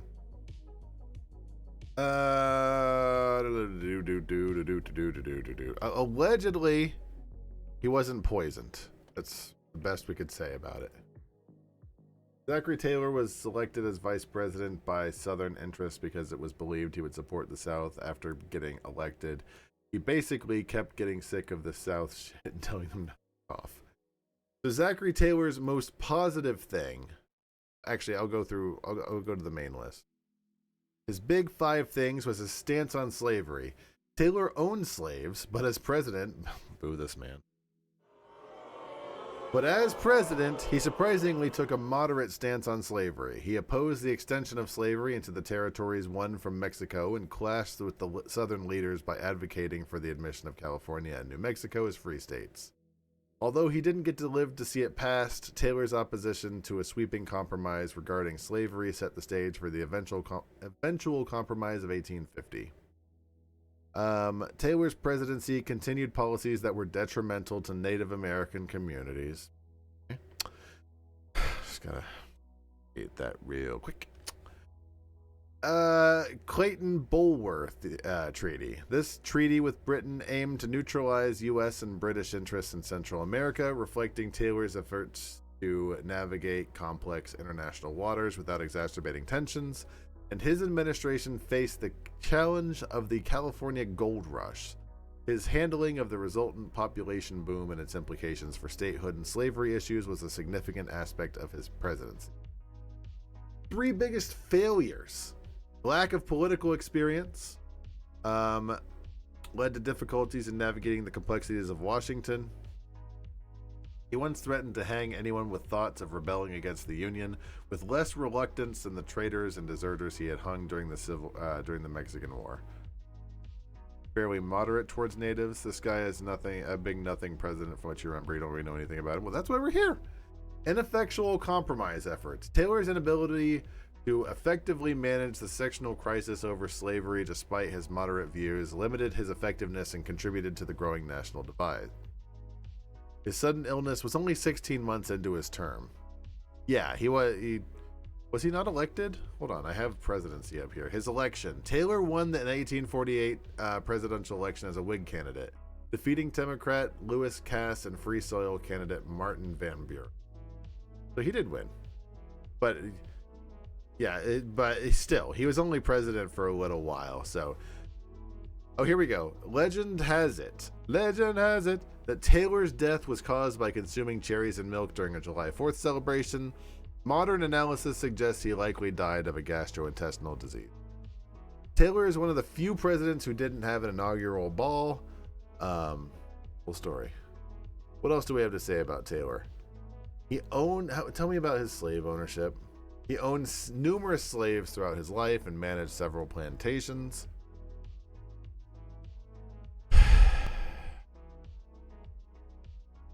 That's very unfortunate. Very unfortunate that he owned a bunch of people.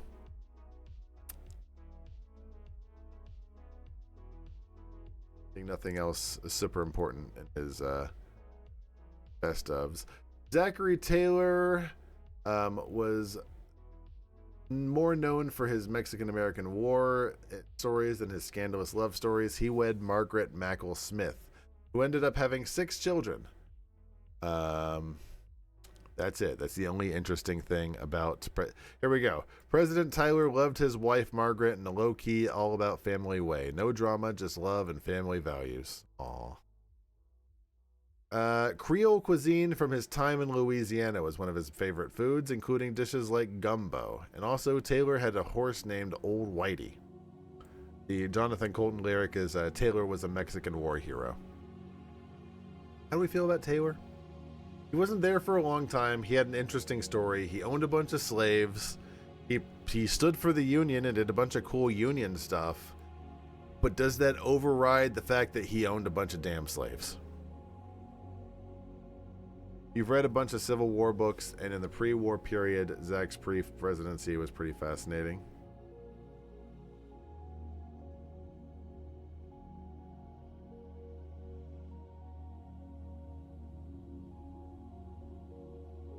I'm going to put him behind George H.W. Bush because at least W's dad didn't own slaves. His dad didn't own... so Madison didn't either. Still.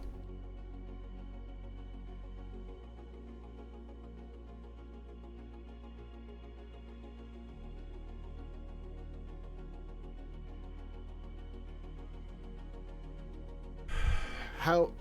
come on.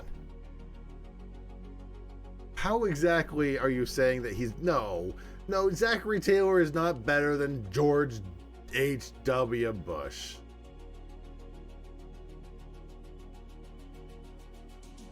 Yeah, George, his dad. He's not better than George H. What did he do? He owned slaves. He also, what did he do? He said, don't separate from the Union. If that's the best you could do is say, hey, maybe we shouldn't let people secede, then I think that's slightly better than didn't do a great job with AIDS. I'm not saying that George H.W. Bush is great. That's why he's way down in D. But I think the fact that I think he had a better job with civil rights than Zachary Taylor. I don't know. Maybe I'm in a crazy world. HW actively persecuted gay people over AIDS. Yeah, you know what? I think they weren't really great to LGBTQ people back in Taylor's day either. I don't know. I haven't read those history books, but they weren't super nice to the gays back in Taylor's day either. So while Bush is not doing great, I don't know. That's not part of this. I don't have any information on that. I'll put them right next to each other, but I think H. Bush deserves slightly more credit, other than the fact that he didn't own people. I don't know. I mean, Madison did as well, but Madison's got a lot of other stuff going for Madison, so I didn't get rid of Taylor. Shit. I don't mean to sound critical. Wow. Did you say Polk was one of the bad ones? James K. Polk. We're going only one before. With a fucking face.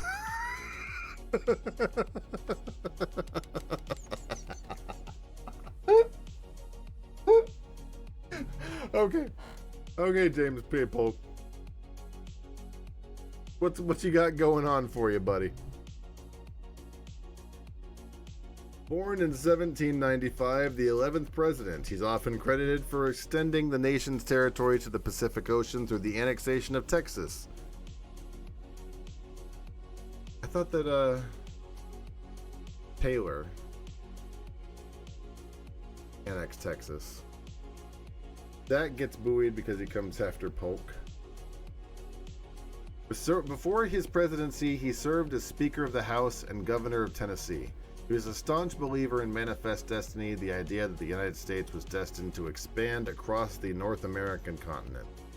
He won the presidency in 1844 in what was considered the most significant victories in American history. Hi, Gorb. Welcome back.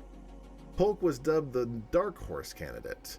His clear stance on expansionism, promising to annex Texas and pursue Oregon territory, resonated with voters, leading to his narrow victory.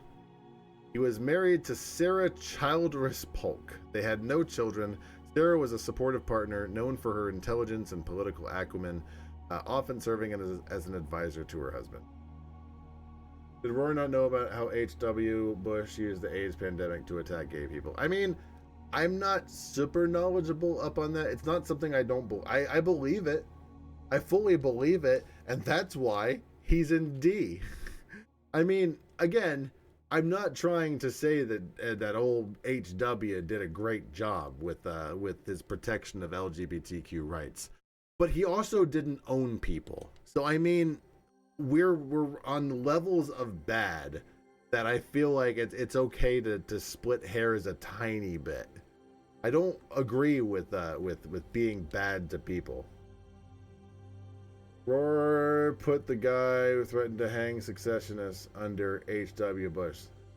Yeah, I think that H.W. Bush would threaten to hang secessionists too if they actually try. I think that he would also be one of those kind of people. They just can't do it anymore. His 5 important stories was the complete annexation of Texas, the Mexican-American War as a result of that, negotiating the Oregon Territory with Britain, the Walker Tariff, which reduced the rates imposed by the Black Tariff of 1842, satisfying Southern agricultural interests and promoting trade, and the establishment of the independent treasury system. Polk reestablished an independent treasury, which had been a contentious issue since the days of Jackson. This move separated the government's funds from private banks and aimed to stabilize the economy. H.W. Bush was certainly not supportive.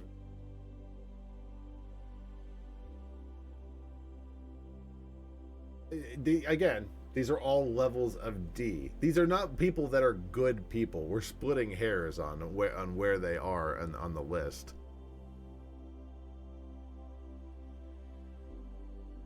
Three biggest failures of Polk: the human cost and moral implications of the Mexican-American War, failure to address slavery. Polk's expansionist policies exacerbated the sectional crisis by failing to provide a clear solution to the expansion of slavery into new territories, and the neglect of domestic issues. Polk's focus on territorial expansion and foreign affairs left several domestic issues such as infrastructure development and social reforms relatively unaddressed. Did Polk do literally anything? It looks like he annexed Texas.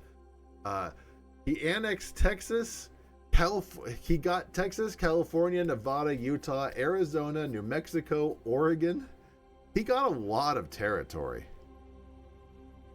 I mean, if we're gonna be honest, he did a lot. Now, it comes at a high price. At a super high price. I'm not saying that it's a positive, but in terms of, was he a good U.S. president? I mean, he had no children but a beloved niece. Also, he's a workaholic president. Pretty much went to war and gained a lot of territory. He also established the U.S. Treasury. Let's find out any more significant facts about him. He was not known for having a particularly good favorite food, but he was a fan of Southern cuisine. He also didn't have any recorded pets in the White House.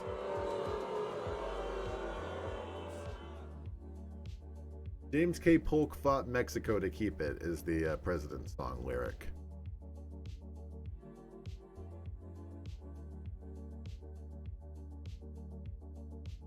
Trying to see if there's anything interesting. His marriage was childless, a fact that did not seem to diminish their bond. I don't know. What if the other guy had won? Let's see.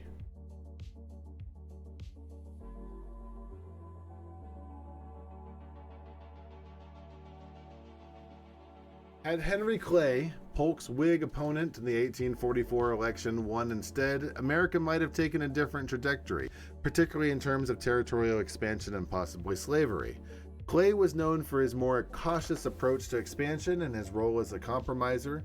Without Polk's aggressive stance on annexation and war, the U.S. may have been delayed or even missed out on acquiring key territories, potentially limiting its growth as a potential continental power. This may have also altered the timeline and nature of the conflict over slavery, possibly affecting the lead up to the Civil War. I say right here that he shouldn't have annexed Texas. Not wrong. I'm not disagreeing with you.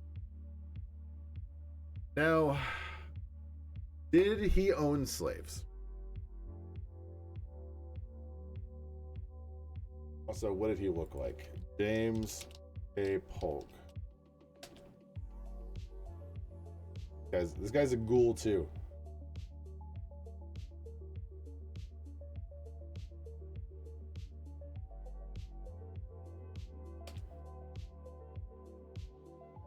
Did James K. Polk own slaves? Polk himself was a slave owner, co-owned a large cotton plantation with his brother. Polk did not waver from these core principles throughout his entire career. He also supported Native American removal and the extension of slavery. This is all according to the AmericanBattlefieldTrust.org.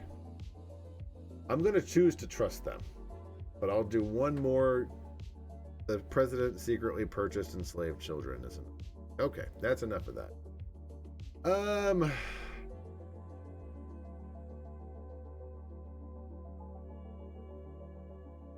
Wikipedia said he owned a lot of slaves. He's above Johnson. He's above Hayes.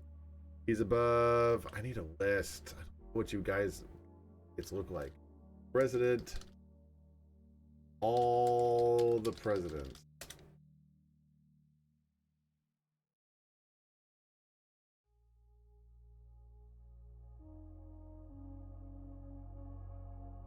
Is there a setting to include names? Is there?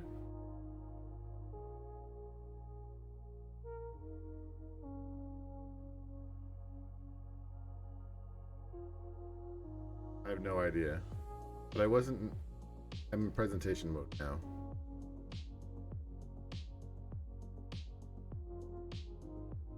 That's okay. I found this image. Hold on.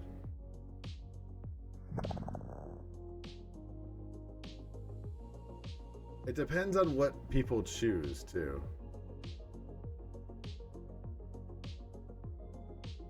I didn't put together this list. What are we doing? We're doing Polk. Okay, I see him. Does your president look like a bitch?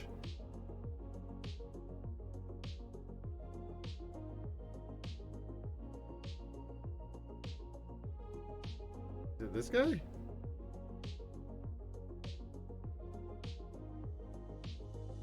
He looks smug.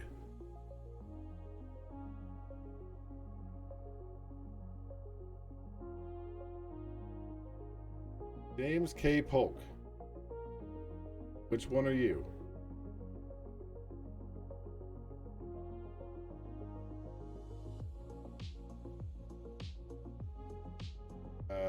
Lincoln Buchanan. Before I do this next time, I'll find a better plan for this. I was worried that this would be a problem, and apparently it is. Maybe I'm gonna make us a little bit of a stab here.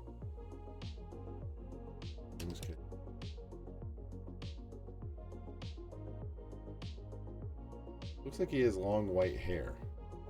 Did I place him in the wrong place? Is this him? This is James K. Polk.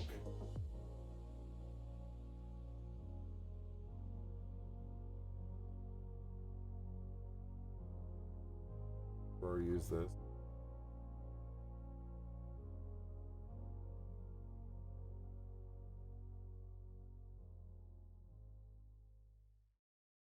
Everything is out of order. Thank you. Oh, there we go. That actually has... Which one is Polk?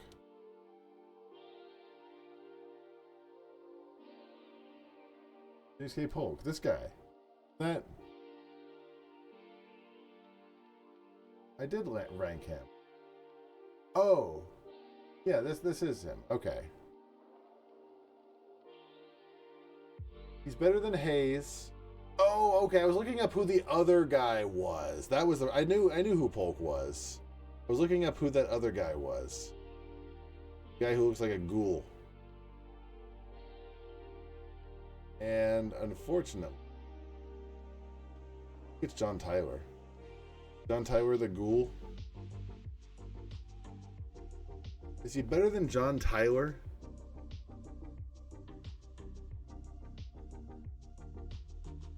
I don't know if James Polk is better than John Tyler.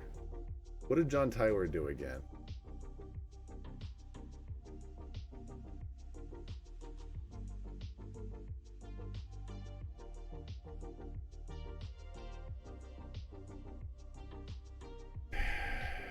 He was the major instigator in the Texas annexation.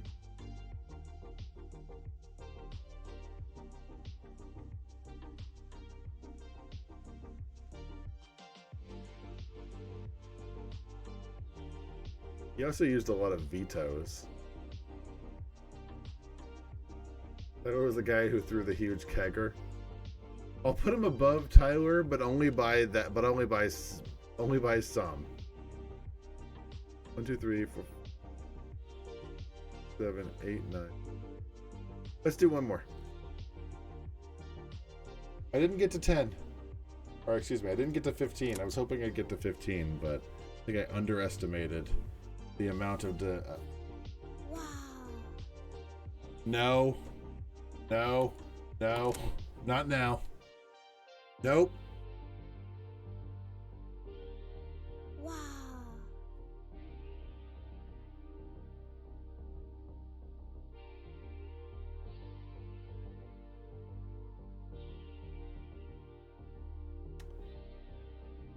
Wow.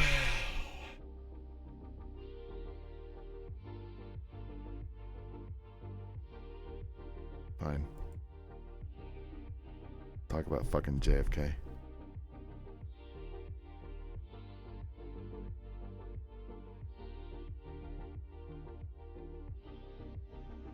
JFK, born in 1917, was the youngest person elected to the presidency at the age of 43. Coming from a wealthy and politically influential Massachusetts family, Kennedy was a Harvard graduate and a World War II naval hero before entering politics. He served in both the U.S. House and the Senate before winning the presidency. It's actually kind of impressive. Must have gone in like... That's such a... God. That's an impressive backstory. He served both places and was in war and went to Harvard. He won the 1960 presidential election against Richard Nixon, one of the closest and most contested elections in American history. Is it impressive when you have the full backing of the Pope? Don't know what that means.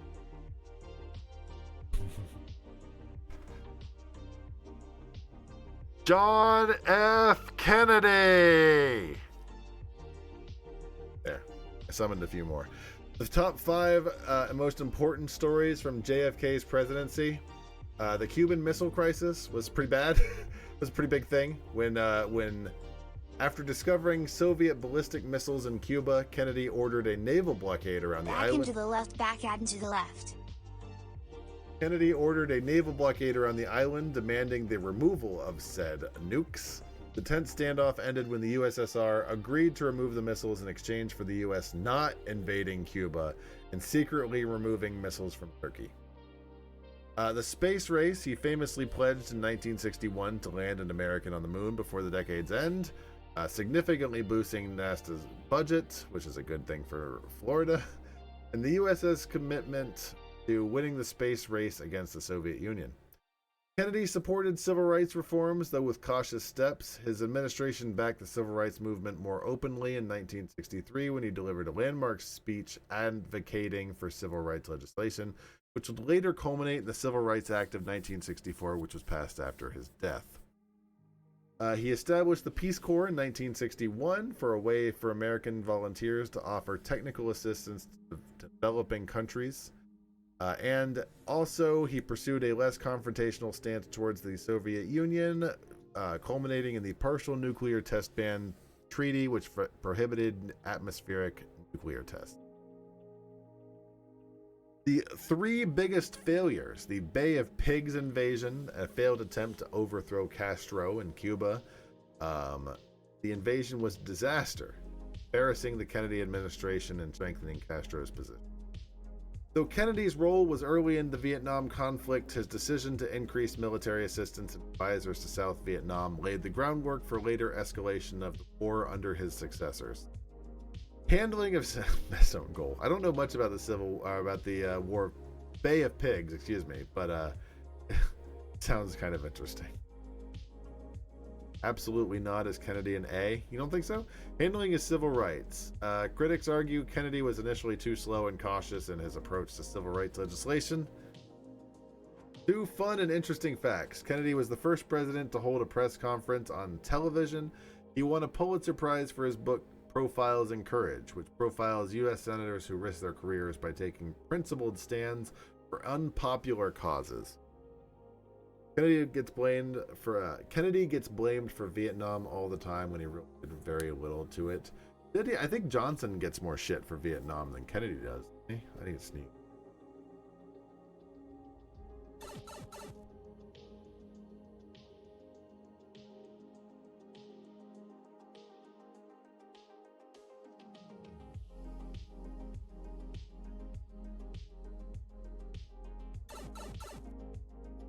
I sure hope I muted that, because that was like 6 sneezes. Yeah, Kennedy did all the Vietnam stuff, from what I understand.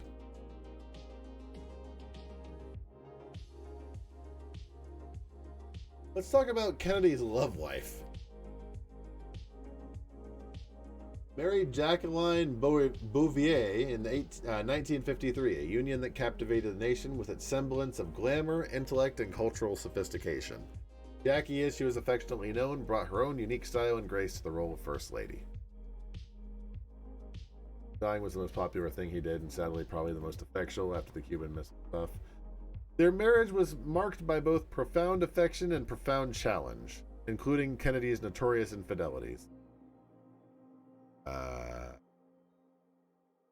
None of the rest of this is interesting. Anything else interesting and fun about JFK? TV. We did the TV thing already. Oh, Kennedy created the White House Situation Room. That's something that's interesting. He created it in the aftermath of the Bay of Pigs invasion. It was designed to provide the president with real-time information on global crisis. So JFK made the presidential situation room. So I guess that's something. I don't know if that turns your crank, but this guy, this fox over here, he did that. What else do we know about JFK? He was partial to New England clam chowder, and he had numerous pets, including a Welsh terrier named Charlie, ponies, and a rabbit named Zaza. The lyric for Jonathan Colton was, "Kennedy was killed by a magic bullet." I have no commentary to make on there. What are we ranking old Kennedy?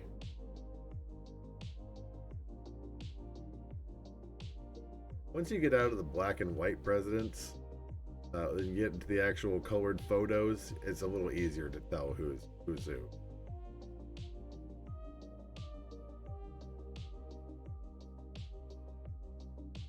Jelly Donut. JFK is responsible for Trump becoming president because CNN couldn't stop filming him. There, I said it. B is fine. I'm thinking B. Yeah, I'm feeling B. Yeah, I think we can all stay by B. I mean, he had a lot of problems. I don't know if I feel comfortable putting him above Teddy Roosevelt.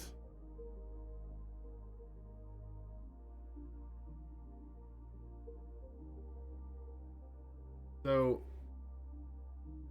let's see where we are on. Where's the thing?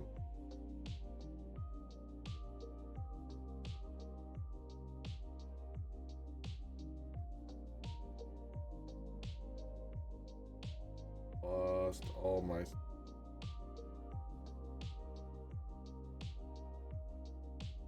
Here we go. Okay. So far, bottom of the list. Let's do a little recap. So, bottom of the list, we have Andrew Johnson is straight up bottom of the list so far. Just terrible, but terrible guy. He would definitely be bottom of A. Yeah, he's not above Teddy Roosevelt. Above Andrew Johnson, we have Rutherford B. Hayes. He ended Reconstruction. He's a terrible guy. John Tyler, I think that's you. Is that you, John Tyler? I can actually see on this list.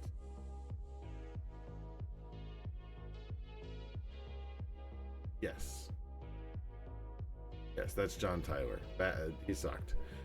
Followed by him, we have only slightly better than him as James K. Polk. Again, that's only really...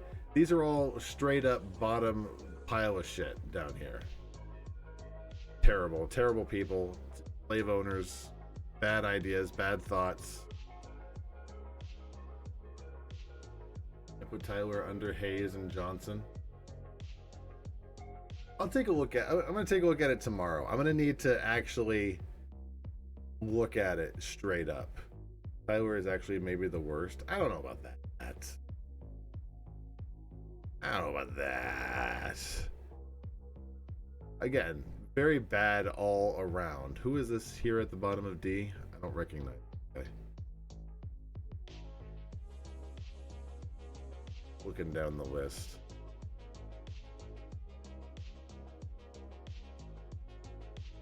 It wasn't Arthur, was it? It just basically caused Jim Crow. I mean, that's pretty close to was that Madison? No. Madison's at the top of D. Okay, let's just skip that guy. I don't remember who you are. Guy's in black and white, which means he's like at a very certain point in the middle there. Oh, is that Jefferson?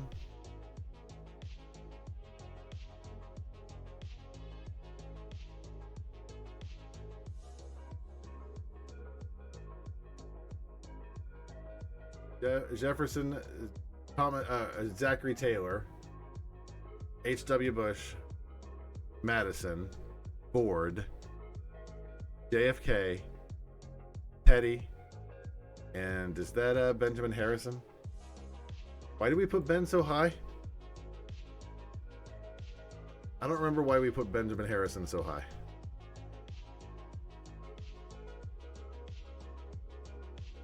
Because he really didn't do anything shitty.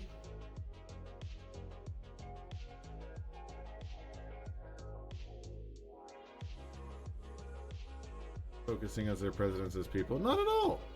I'm looking at what they did as presidents.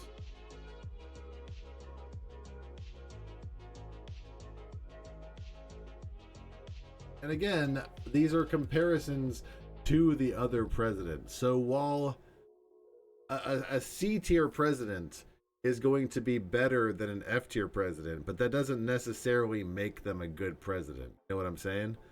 I'm like, somewhere on the list there has to be a certain spot for these guys. And yeah, maybe they might be worse than that in general. And ChatGPT is really picking up the degree policy details. Isn't picking. Gotcha. And there's going to be some, the older you get, the worse the records are going to be, especially when you pull up GPT, because it's going to be pulling up the most interesting. And I said in the beginning, GPT is going to have some issues. This is not I didn't get a scholar to print me out a whole bunch of details. Also, fucking lewd Roar TV channel. H.W. Bush not owning slaves doesn't make him a better president than slaves anymore. Right, but I mean, I feel that goes into the whole argument of whether or not a president is responsible for their circumstances, for being a product of the age. I'm just saying, I'm leaving them as they are for now. I just want to be able to say, like, there's a reason to the madness. The people who are in D and F are where they need to be. And also, I'd like to say that, gosh damn it, there's a lot more D and F that I normally would put. You think, though? I mean, I might recognize them better. I might take a look at this and find a different tier list, or put together a different tier list. But being responsible for their personal life and their ownership to slaves and I don't know. I disagree there. I feel like if they were slave owners or not slave owners, that would 100% attribute their policies. Like, if they are going to be slave owners, with some exceptions, it's going to affect their policies and their and how they run the country. All of this is related. They are people. They are people with a swirl of thoughts and ideas that make them different from other people, and that's why they vote for these people. That's why these people represent us as presidents. I don't know. I think it's okay for now. I'm just saying the words. I don't know. You in a hurry? I don't know. I'm tired. But I hear what you're saying. Also, did I push the wrong button? I think I did. I think I just reset touch portal. Yet.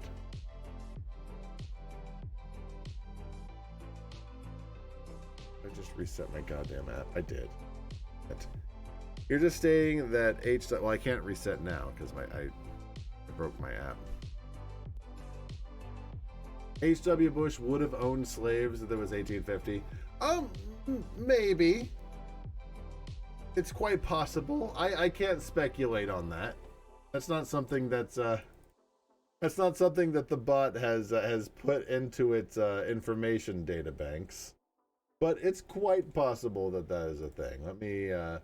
That said, I can't say that H.W. Bush would 100% do that. That's not fair to put that onto the. We gotta at least give credit for what they actually did. You know what I mean? That's why we're focusing on what they did in office.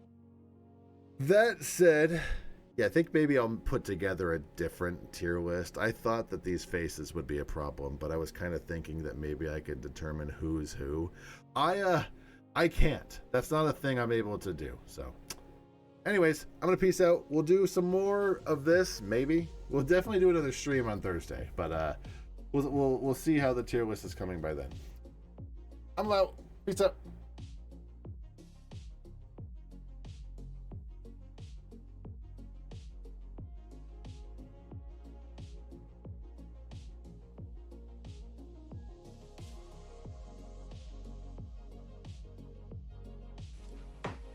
Okay, Chief, take him away. I'm gonna go home and sleep with my wife.